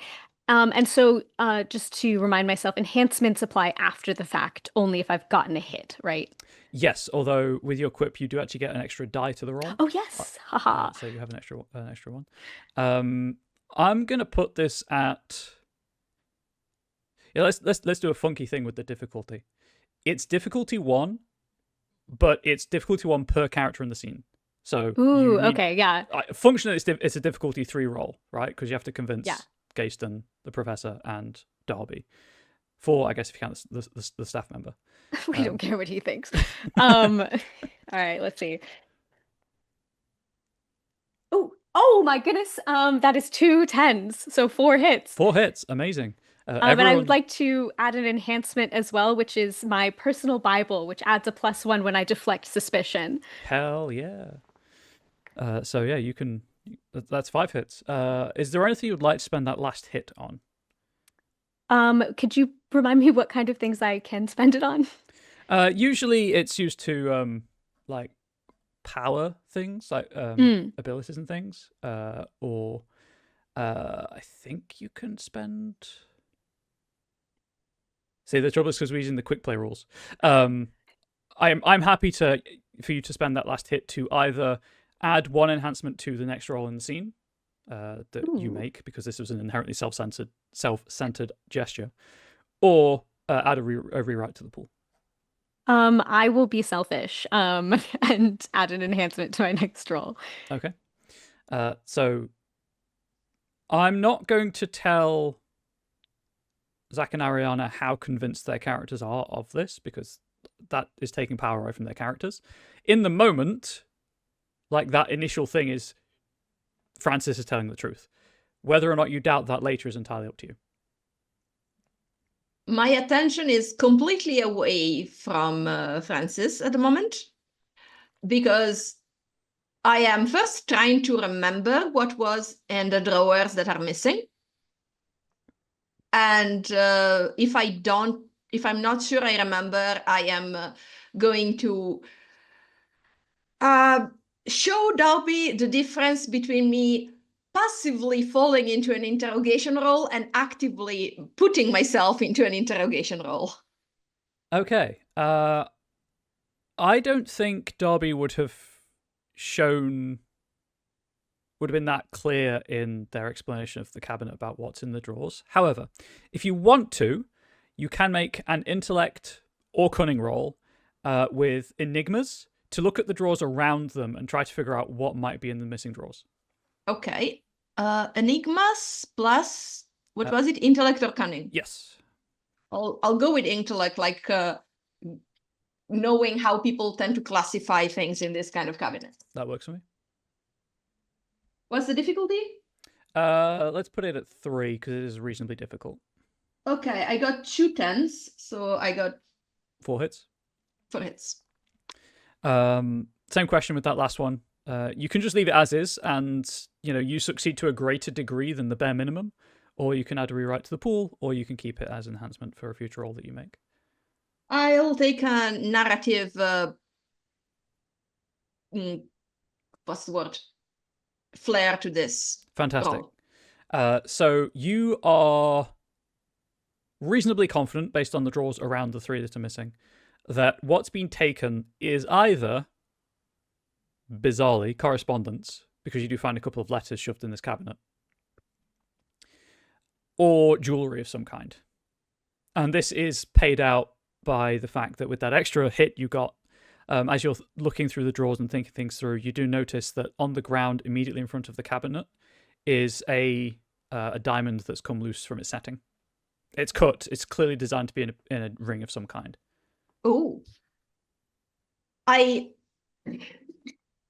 bend, very, very rigidly bend, pick it up, shove it in front of Darby's face and go, this is a piece of what they stole. What else did they take? This is so interesting. I will roll to see if Darby can put 2 and 2 together and get 4. 3 hits. Darby's face just completely drops. Oh no, that. And then they look around to make sure there's no one close by, and it is just the 3 of you. They just ignore the servant. The servant doesn't exist as far as they're concerned. They're not real people. Well, I was. A couple of these drawers are holding items on loan, shall we say, from friends. I was holding on to that particular ring for a friend. She said it had great sentimental value. That what did she say? What was the wording? Forgive me with the shock. The sense I got was that it was an affair, an object of an affair. Oh. Francis pretends to look very appalled by this. You can see the interest level in the professor suddenly drop. Oh, okay, so good. Well, you better get hold of it. And I just deposit the diamond in Darby's hand and close it and just, okay. I would be very grateful if this went no further, and they just slide it into like the waistcoat pocket. It does suggest a rather clear motive for the theft. Perhaps we should all try to be discreet if we look into this matter, or perhaps we prefer to, well, leave such private things be. Yes, of course. And Darby then they look at the cabinet, and realization dawns on their face. Oh my, those are all. I mean, I can't be certain about going through every drawer, but I think those were all from the same friend. Is there anything else on here that's been loaned? And they point to a couple of other drawers. Yeah, these are from other friends, but those were things I was specifically holding for my friend. Is this friend here? No, she and then he looks at Francis, who, as a reminder, he is in love with, mechanically speaking, and looks away really quickly. No, she's only been to one of these events, and it was memorable.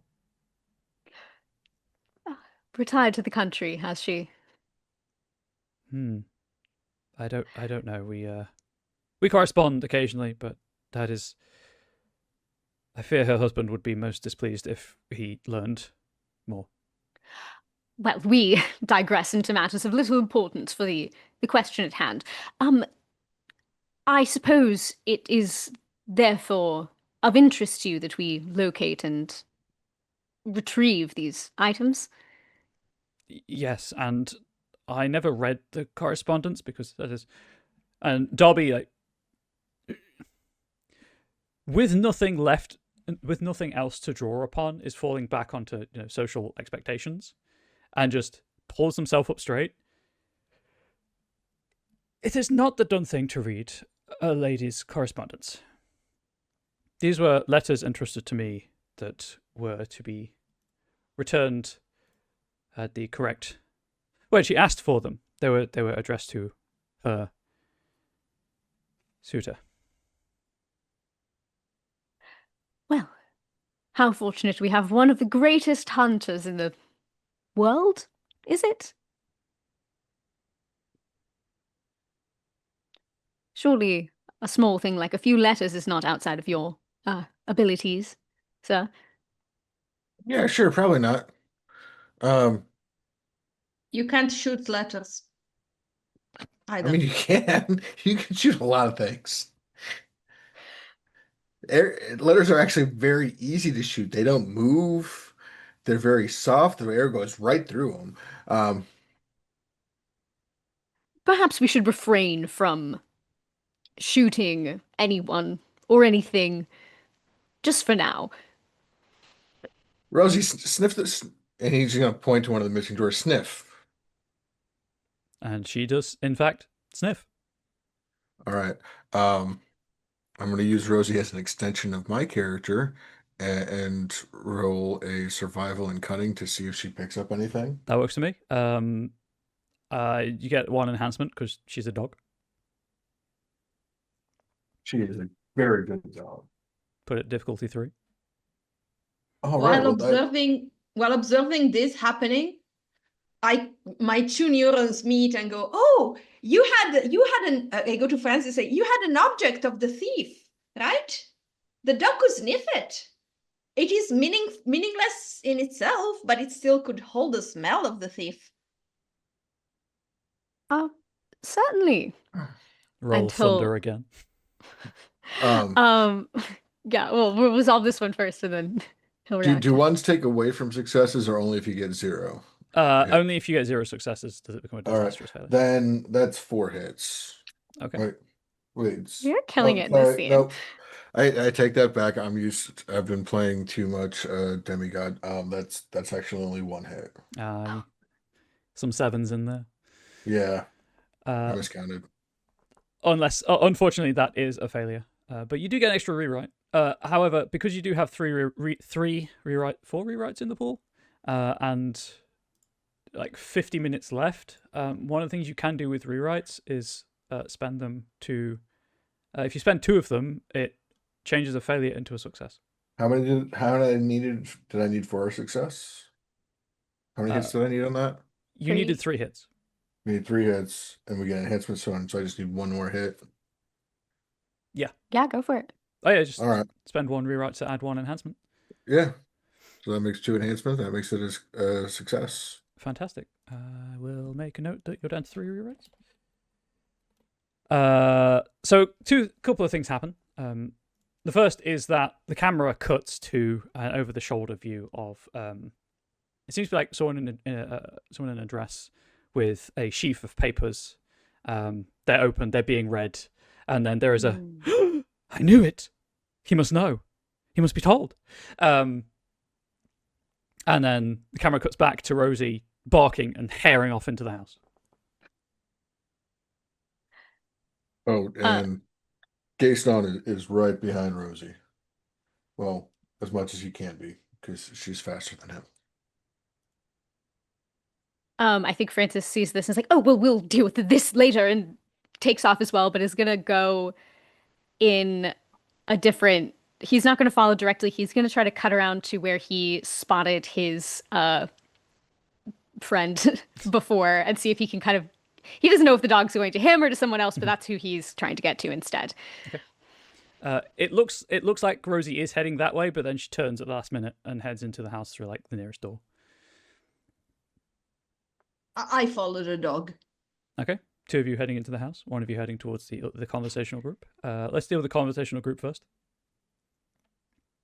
Yeah, it's just a like 4 sons and daughters of 4 children, sorry, of gentry having a quiet conversation, as they do at these parties, building alliances and networks for the future.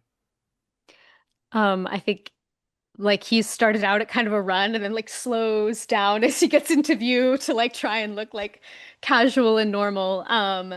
And sort of sidles up beside what is his name?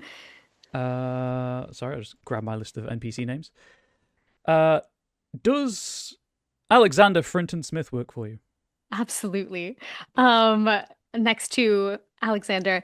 And sort of like, I'm terribly sorry for interrupting. Mr. Frinton Smith, do you have a moment to speak?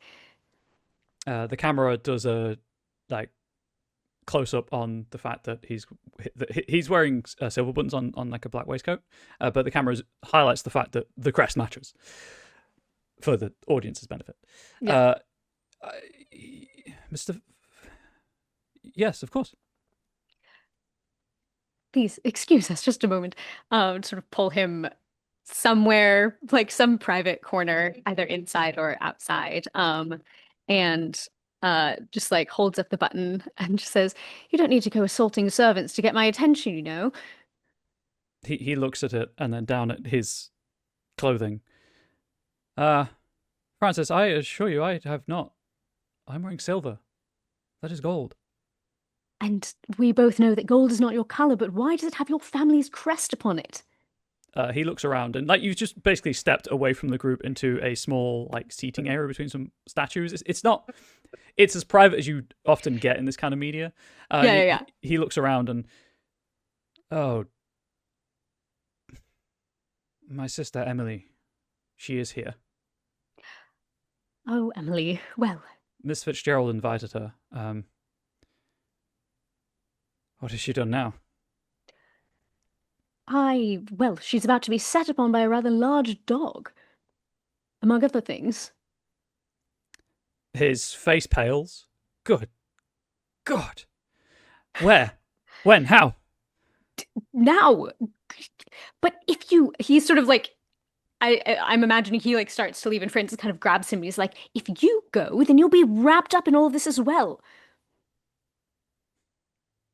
He stops and looks at the hand restraining him and moves a hand to pull it off, but does linger in that like shorthand that cinema often uses. Yeah.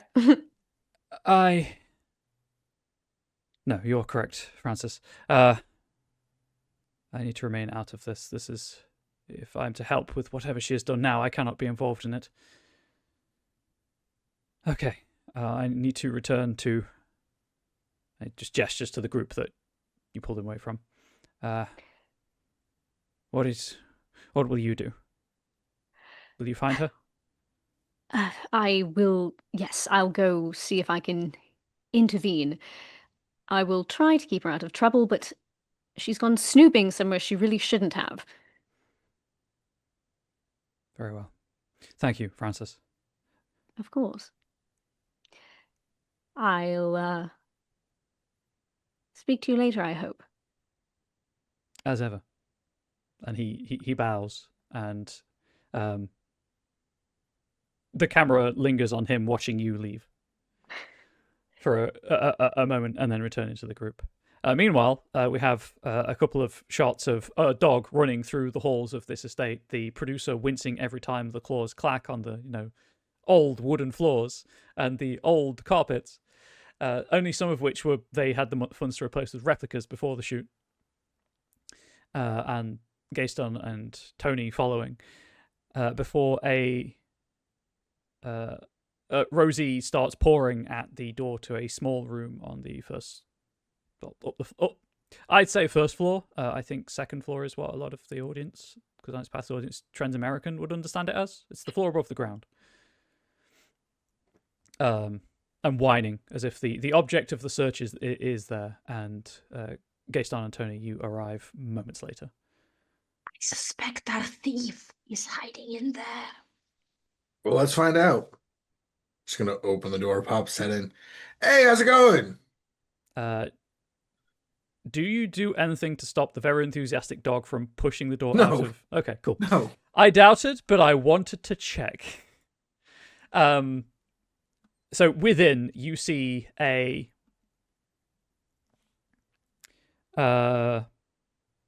like 16-year-old girl in a ball gown, not like a day gown, sorry, a day dress.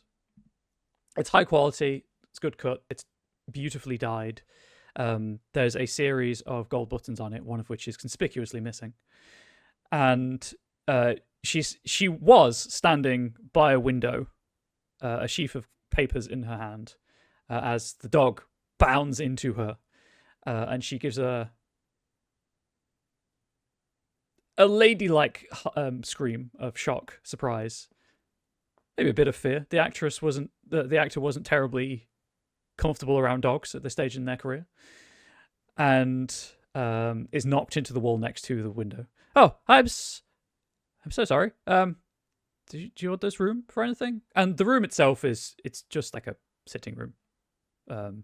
I guess the boudoir, I think. It's like the room for the ladies to occupy before the bedroom. So it's a lot of soft furnishings, dark, rich colours. There's a fire burning in the grate because these houses are always cold no matter what time of year it is. Through the windows, you can see that the clouds continue to darken and thicken. And yes, I'm sorry. She just looks at you, doing her best to ignore the dog that's now trapped beneath the skirt. So yeah, we were looking for some letters. Her eyes go wide, and she makes a very half-hearted attempt to hide them behind her back. Letters? What letters? Ah, there's some Those letters. letters? And he's gonna look at Tony. What were the letters about again? There's something about letters. I don't know. They got lost. They're in a bookcase or something. I make my way to the lady. I offer her a hand to get up from under the canine enthusiasm. Like, Miss... Frinton Smith. Emily Frinton Smith. Oh, Professor Antonio Valde-Galimberti. Nice to meet you. If you want to take my hand, I can help you out from this inconvenience. She gives you the hand, not holding the letters. I pull her up, like, with some help and using the rest of my body to push the dog away enough. It looks very awkward, but I'm trying to be nice to the thief because I empathize with thieves. That's fair. She is grateful for the help to stand properly again, and the dog handler just offset is doing their best to distract the dog playing Rosie, but she's not having any of it. This is the best game that she's found today, and it's just like going in and out of the layers of the skirt on the gown. Mm-hmm. Yeah. So about these, And I point at the letters in her hand. She blushes on command. Would you perhaps have any idea how you came upon them? By accident, I presume? Yes, I was just walking past this room. I just wanted to walk around the house a bit. It's I don't get to I don't come to these events very often because I've only just made my introduction into society, and I heard a noise and I opened the door and I saw someone going out this window. The window, by the way, clearly does not open, and they'd left these on the window seat, and I was simply trying to ascertain who they belong to. And has this mysterious person perhaps also dropped anything else? Maybe small objects of various precious metals? Meanwhile, it's because I'm not going to even bother rolling for Gaston to figure out if he's going to get that she's lying, because he doesn't. He's just going to go and open the window and look out at it. Oh yeah, it doesn't open. It's just a single, like it's a leaded pane of, it's a leaded window. That I'm going to roll for. He's going to roll to open the window. Okay, be might and athletics, I assume, unless you Just roll the rip stamina. it off. In athletics.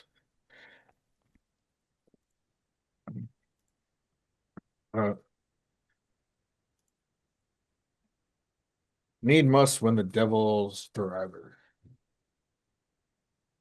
All right. That is 2 hits. Okay. Sorry, I'm just checking one of the cinematics you have access to. All So, right. Would you? Those. So 2 hits is enough to break it, like to show that to possibly show that this is an aspect of Gaston's character that he just pulls forward and breaks shit. Yeah. Or if you want to spend 1 rewrite on same set, different movie, this window could simply be stuck and you just somehow know the trick to opening it. Because you're actually filming in a different room in the house than the window shown in her explanation. All right. I think we're just gonna go with Gaston's just foolhardiness and head first and Okay. and everything. He has a hammer. Everything is a nail. The director's commentary records that this was a mistake on the actor's part, that he was not intended to open the window, he was simply intended to check to see if it could open, and that the ensuing legal fallout of breaking the window in, I don't know what the American or European equivalent is, but here in the UK it's a listed building where you have to treat it with care, you have to repair it using historical methods appropriate to the time of its construction and materials of the same. From the it's orchestrated by governmental register and stuff. But the resulting legal fallout of breaking a window in a listed building took a decade plus to resolve, was finally resolved, and the cut was left in the movie for educational purposes of what could go wrong when working with Americans and listed buildings and buildings of a certain age. And they just had to immediately stop shooting that day, so they didn't have time to do another take. Exactly. So yeah, you tried to open the window. The first problem is there's no handle because it's not designed to open. So you just push and you push and push and you just push it out of the leading. It was old leading, and the window just falls out, and it cuts before you hear the shattering of glass. But in like the subsequent scene, you can see, or in a later scene, sorry, you can see in the background someone sweeping glass hurriedly off of a path. But the window is open. You have opened it. Gaston's looking out like, I don't see anybody. Where'd he go? They probably ran behind the building. They probably know the blind corners. That's definitely an experienced burglar at play here. They jumped out and ran around the corner of the building, exactly as the professor says. she's not a good liar. I'm not going to roll for it. I'm also not a good liar, probably, but I can try to roll for it if you want. I'm going to turn this on Zach. Zach, do you think that Gaston would even be remotely aware these people are lying to him? No, absolutely not. So unless it's clearly told, it's clearly told he's ready to go out the window looking for this thief. Okay.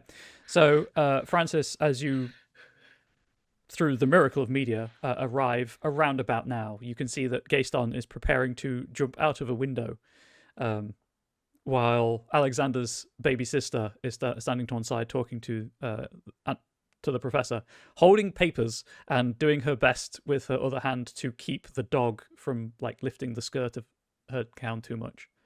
I think he doesn't know what to make of the whole climbing out a window situation, but decides not to risk it. And I think just like sort of out of breath, like comes, like slams a hand on the door. He's like, "This is shocking. How dare you two gentlemen impugn the honor of a young, unmarried lady by entering her room in this manner?"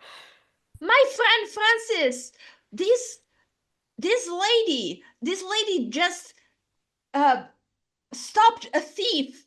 She just managed to recover everything that the thief stole. It was letters, and I gave a very eloquent stare to my new friend, and all the jewelry that disappeared. She recovered every single bit that was stolen, and she was just about to give it back to the righteous owners. Yes, there was a ring somewhere around here. It must have fallen off when the dog jumped at me. And she's like looking around the floor, not moving in any way, shape, or form. She is almost obviously ignoring Francis. Like, just she's talking to you, but she's not looking at you. Yeah. I think he, of course, like instantly takes the hint. A little, like clearly like a little bewildered, but is not going to, like look a gift horse in the mouth, as it were. And it's just like, oh, I should have known. The sister of my dearest friend in the world would be so skilled. Heroic. Yes, absolutely. Emily, I mean, Miss Fenton Smith.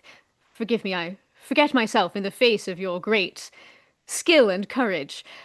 Very well done. You have saved the day. The camera kind of flicks to her hand holding the letters where it tightens slightly, and she draws herself straight.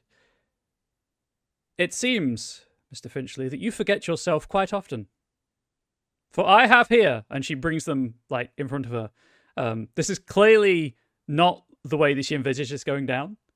Proof that you are a bounder and a cad of the highest order. A what? I'm afraid there must be some sort of terrible misunderstanding. What on earth do you mean? Ignoring the repercussions to Lady Eloise's reputation. These letters quite clearly label you as a suitor. This despite an understanding you have with my brother, Bolt of Lightning, Roll of Thunder.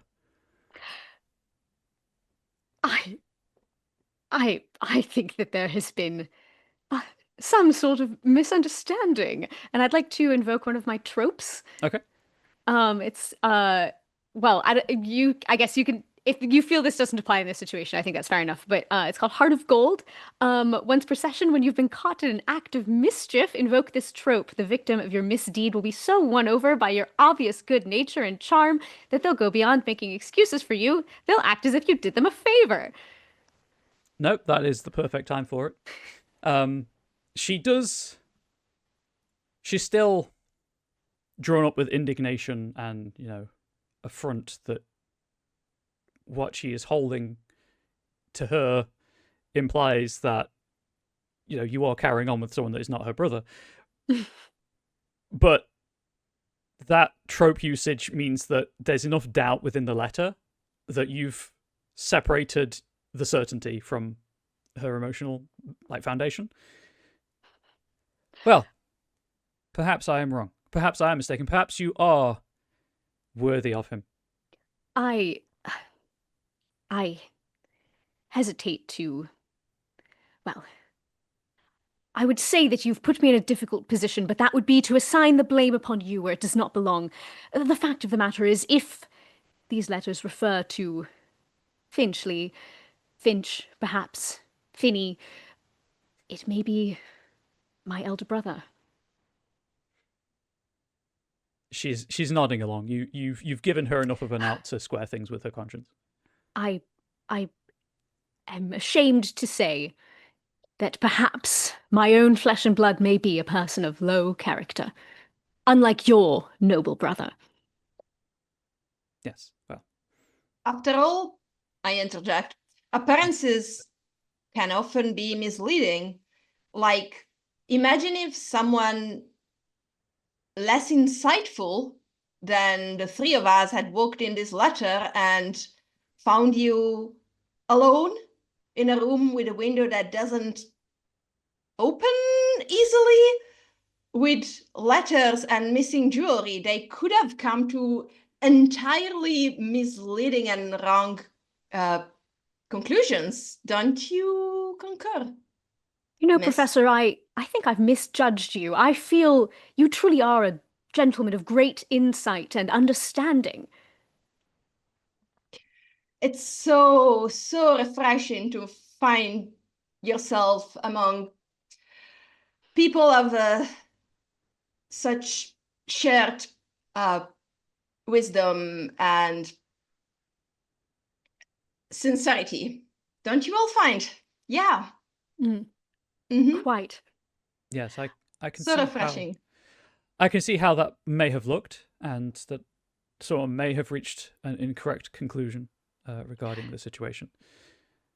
However, do not trouble yourself. Why don't we return these letters to the rightful owner? We shall return you to your noble brother, and perhaps someone can clean up all this glass? And all the missing jewelry too. Oh, yes, that, naturally. Yes, and she makes a show of reaching down, but she's clearly just pulling a ring out of her pocket. Not a pocket, like the where her cuff has been turned back and sewn on itself. Good hiding place. I appear to have lost a button somewhere. I need to go and change. I cannot appear in society like this. And she turns to Francis, if you would be so kind, and offers the, as the trope says, treats you as doing her a favor. She gives you the evidence. He takes it and I think does a little like discreet button handoff back to her as their like hands brush each other. Yeah, thank you. I must retire. I must fix my clothing, and then I will return and rejoin the party as soon as I am able. Oh, take your time. Maybe we should go recover our enthusiastic hunting friend too before he catches some innocent passerby. Yes, but first, and he's just gonna like toss the letters into the fire. Are you waiting until she's left the room to do Oh, yes. that? Oh, yeah. Cool. Sorry, I assumed that was, yeah, like definitely wait. Okay, anyway. That is absolutely fine. They go up, instantly. How is Gayston handling all this? Jason has jumped out the window Cool. and has Yep, gone yeah, searching. we just gotta let that happen, I think. And has gone searching. He waited. Rosie jumped out. He caught her, and they went on Amazing. to search. But Rosie just circled back. So he's like, I lost the thief somehow. Yep. You lose some, you win some. You'll catch your next prey, don't worry. I'm sure it's going to be a much more interesting hunt. Rosie's just looking up at him like, you idiot. I mean, I try not to do this because I like to respect character sheets and players controlling over them. As we are running out of time, would you like to use the "this stands out" trope that you have? The what? Sure, why not? Okay. The thing that stands out is that absolutely nothing stands out here. It's beginning to dawn on Gayston that perhaps Emily Frinton Smith wasn't telling the entire truth. You know, that window was pretty hard to open. I can't imagine that she shut it by herself after the thief went out, or the thief didn't go out the window. I mean, she was the only one in the room. Having this conversation yelled from the ground on the first floor. Like, I mean, how did the thief open the window without breaking the glass? If I broke the glass, or the thief didn't go out the window. Let us speak in a more gentlemanly tone of voice. We'll come down to you. And like when we get there, he's like, I apologize for the interruption, but please consider the circumstances. It may be that Miss Frenton Smith was ashamed to admit that she had been alone in the presence of this thief, and so devised a slight falsehood to explain the situation. Mm-hmm. And so to broadcast her indiscretion so widely would be, well, ungentlemanly. Wait, I'm gonna use I would like to use the eliminating class boundaries rewrite. Mm-hmm. Sure. So, what you're saying is that she was in the room with the thief with the closed doors, and were they banging? Is that what you're going on about? Certainly not, but that is indeed the conclusion that low minds might draw. And she could not risk her reputation by planting the seed of such a suggestion in such a gossiping company as this. After wait, all, my friend Gaston, have you never in your life ended an evening inside someone else's wooden wardrobe? No. I mean, I've slept with other people's wives and husbands and partners of other, denominations that didn't quite fit into that binary male-female spectrum. But, I've never found myself in a wardrobe. Please, sir, I'm a man of the cloth. Could you speak with a little more delicacy? Not even the writing team knows what the weather's doing at this point. It's just different shot by shot. Yep. But yeah, we're still using the the cinematic so that it doesn't matter that he's being uncouth and out of. Yep. You are, as far as you're concerned with the purposes of this cinematic, entirely alone. There's no one to judge you. Yep. So you're saying, wait, you're saying she was banging the thief, or she was banging the guy in the letters? I'm saying that she was not doing anything of the kind, but she perhaps found herself in a situation that could be perceived as compromising, and so lied about the thief in order to, cover it up. But Darby wasn't like we. Oh, don't worry about the letters. That was all a misunderstanding too. We've burned them. It's fine. You burned Darby's stuff that he was on loan? That he borrowed? In the circumstances, I felt I had the right to do so. Darby had him. Doesn't that kind of make you a thief? Well, we got his diamond ring back, though. Yes, and surely that's the thing of most value. But who did he borrow the stuff from? How are we going to find that out if the letters are burnt now? Well, we probably shouldn't intrude into Darby's private matters. That would be utterly disrespectful. Don't you agree, my friend of... Yes, a gentleman would never, and yeah, as a man of God, I certainly would not. I've met men of God, and they certainly would. Well... Secrets Trust me, they would. Secrets are for wardrobes, both for men of the world, such as myself, and men of God, such as Francis, although they call that wardrobe confession booth, but the concept is kind of similar if you think about it. Perhaps it's different in America. There's no need to hide these things. This was a line that didn't go over well with the focus groups, but was kept anyway. There's no need to hide these things. I mean, come on. We're all people. We're all human. We know Yeah. how it works. No, but like people of wealth and stature kind of work a little bit differently. They're weird. Yes, there's rules that must be abided by if one wishes to be permitted to remain in society. So banging other people's wives is okay within the rules, but talking about it, that's problematic. That's Yes. yeah, that's pretty accurate actually.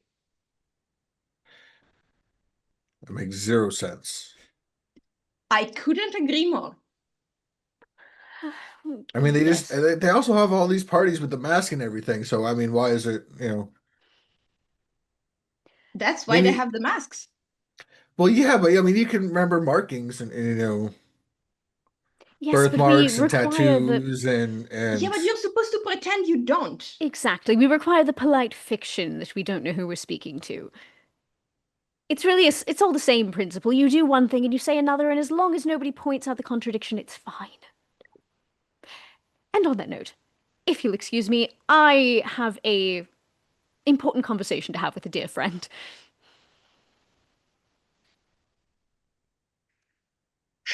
And the next few scenes play out as you would expect in a movie of this kind. There is gaming. The hunt resumes. Lord and Lady Asquith acquit themselves as hosts admirably. Time passes. The storm that had been brewing fades away until once more it is a cloudless sky as the sun starts to set and the guests start to arrive for the party. Just with an eye towards the time, we might finish a bit early if that's okay with everyone. I just don't want to drag things out, you know? Mm-hmm. So we'll leave Francis for last for reasons. How the professor, Tony, and Gaston, how does the evening find you as the ball begins? Drunk?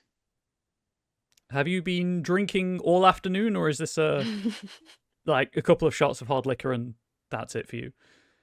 I am Italian from the Venetian region, so no, a couple of shots will not do it. This is a committed exercise. Yep. Fantastic. I've been too busy to drink for the whole first part of the day, so I put extra effort into catching up in the latter part of the day. Amazing. In which case, you've probably been doing that with Lord Asquith after the hunt ended, and a couple of his hunting pals. I'm just trying to think. You know what? Let's. I'm just gonna roll some dice to see how well the hunt went. 2 hits. It went reasonably well. He's happy with his performance, and to him, as Gaston can clearly tell, it is a performance. It's not a lifestyle. He just does it because it's the thing one does. What? But he's happy with what he did. What he did. He bagged a squirrel for his wife. He doesn't really understand her attraction to them, but he's got one.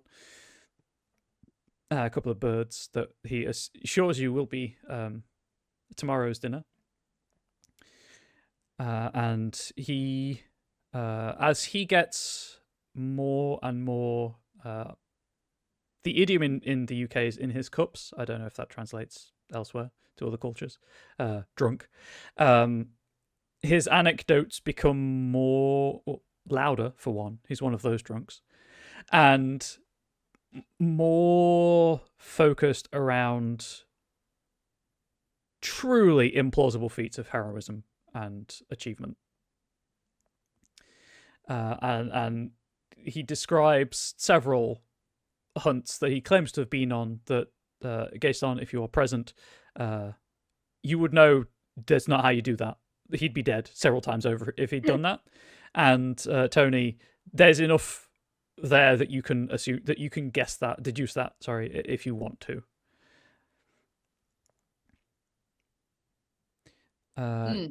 Leads me to then the question of Gaston. How does the evening find you? After the hunt, Gaston, who actually knows what to do with the squirrel, has remembered that his wife has got a squirrel and that he notices that the squirrel that uh, he got, um, was just poorly done. That would not have made for a good stuffing.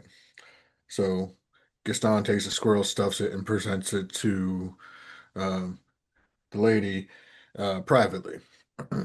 Okay. For reasons that will be left on the cutting room floor, he's not available to hear the speech that and the exaggerated hunt tales that he tells.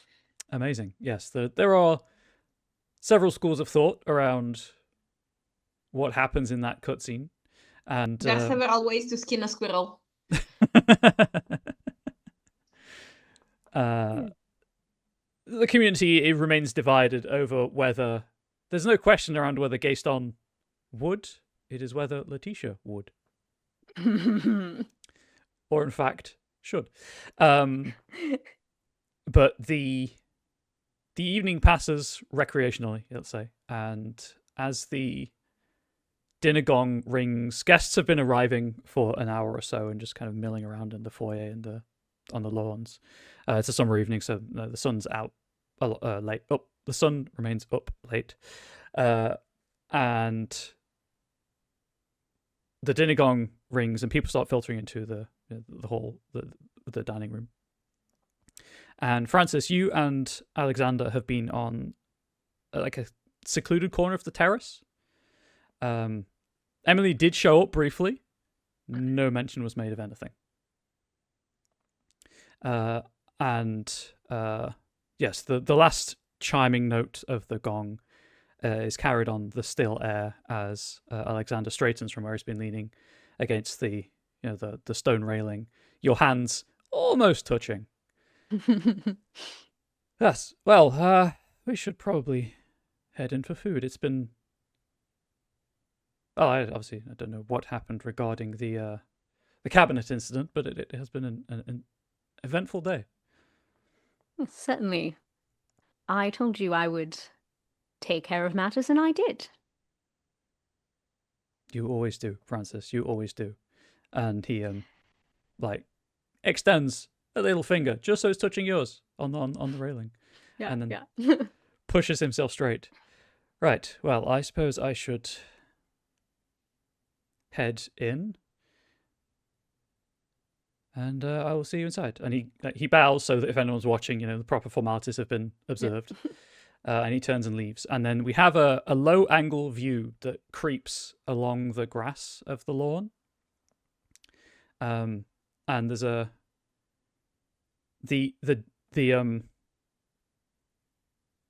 dinner gong rang just after the bell on the clock in the entrance hall chimed. And it's clear because we hear the bell, the clock ring again and the gong ring again, that we're seeing the same scene from a different point of view. This one much lower to the ground in the lawns, making its way in a staccato fashion towards you. I think I've lingered because I'm taking out my hip flask and taking a quick drink before having to go in and make nice with a bunch of people. And as you turn, the shot that we have sees you drink, put the flask away, turn and take a step, and then the camera leaps over the railing. What is entirely unremarked and unnoticed? What is Mr. Francis Finchley's last words? What are, I should say? That has to be one of his quips. At least I look good doing it. As a spreading pool of blood covers the terrace, and the screen fades to black, and it says, "To be continued." And then there's a cast roll. And speaking of cast roll, in reverse alphabetical order, Zach, would you care to reintroduce yourself, who you've been playing, and where people can find you on the internet? I am Zach Nauder, he, they. I've been playing Gaston Lamont III. You can find I'll be here tomorrow in this on this They will. ungodly hour for reasons that are not quite clear to me. Um, other than that, yeah, no. So it is Pride. There's gonna be a bunch of tattoo shops having Pride flash events. If you go to one, you might see me there. You'll have a better chance of seeing me there than anywhere else on the internet. That's fair. Amazing. Is there anything you care to promote as well while we're here? Uh, sure. They came from the Danger Zone. I wrote the director's chair for that, so go get it when if it's available still. I haven't checked to see if they took it off because the the advanced is still out there. I don't know. It might be. Go look. I'm just It's on checking drive-throughs. because I can drop the link if it is. It is. The advanced PDF is still available. Yeah, go get the advanced PDF. Haley, who you are, Hi. who you've played, anything you care to promote? I'm Haley. I played Mr. Francis Finchley, and yeah, nothing to promote. I'm around on the internet writing about TTRPGs and saying dumb things. So yeah, come say hey. That is the way. Ariana, same thing. I'm Mariana. I played Professor Antonio Valde Galimberti, known as Tony.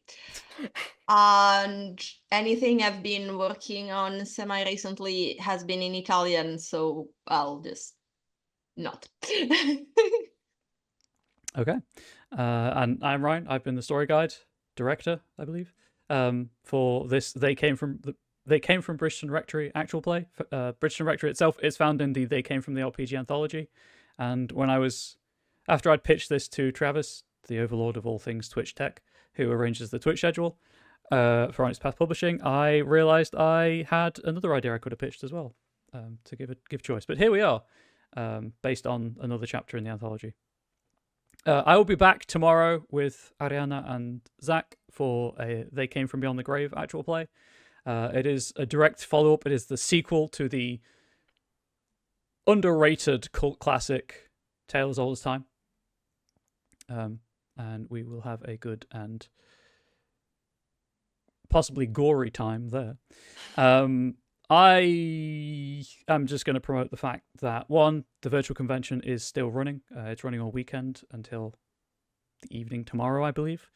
And Onyx Path Publishing, people running the convention, currently have an ongoing crowdfunding campaign for the Exalted Essence Storyteller's Guide. While it is primarily aimed at storytellers, there is apparently player material within it. It funded within 2.5 hours of going live, and it's still got 12 days left. So if you're interested in Exalted Essence, check that out. If you have no idea what Exalted Essence is, the Exalted 3rd Edition rulebook you could build a house with. Exalted Essence is everything you need to play 3rd Edition, but massively streamlined. And it is a lot of fun. We are going to raid the main channel where they are in the last 10 minutes of a They Came From panel anyway. And then the next actual play on this channel is at 10:30 Eastern, and that will be a Scarred Lands actual play using the Savage Worlds adaptation of Scarred Lands, run, I believe, by Alain Jola, who is a great French content creator for Onyx Path and just an all-around great guy. But thank you to my cast. Hopefully you had a good time. Thank you to the audience. Hopefully you have enjoyed it. And I have lost the command. There it is. /raid. We'll see you all. Well, 3 of us will see you all hopefully tomorrow. And thank you, Haley, for being our one-shot star. And now we wait to the 10 seconds it takes to raid someone.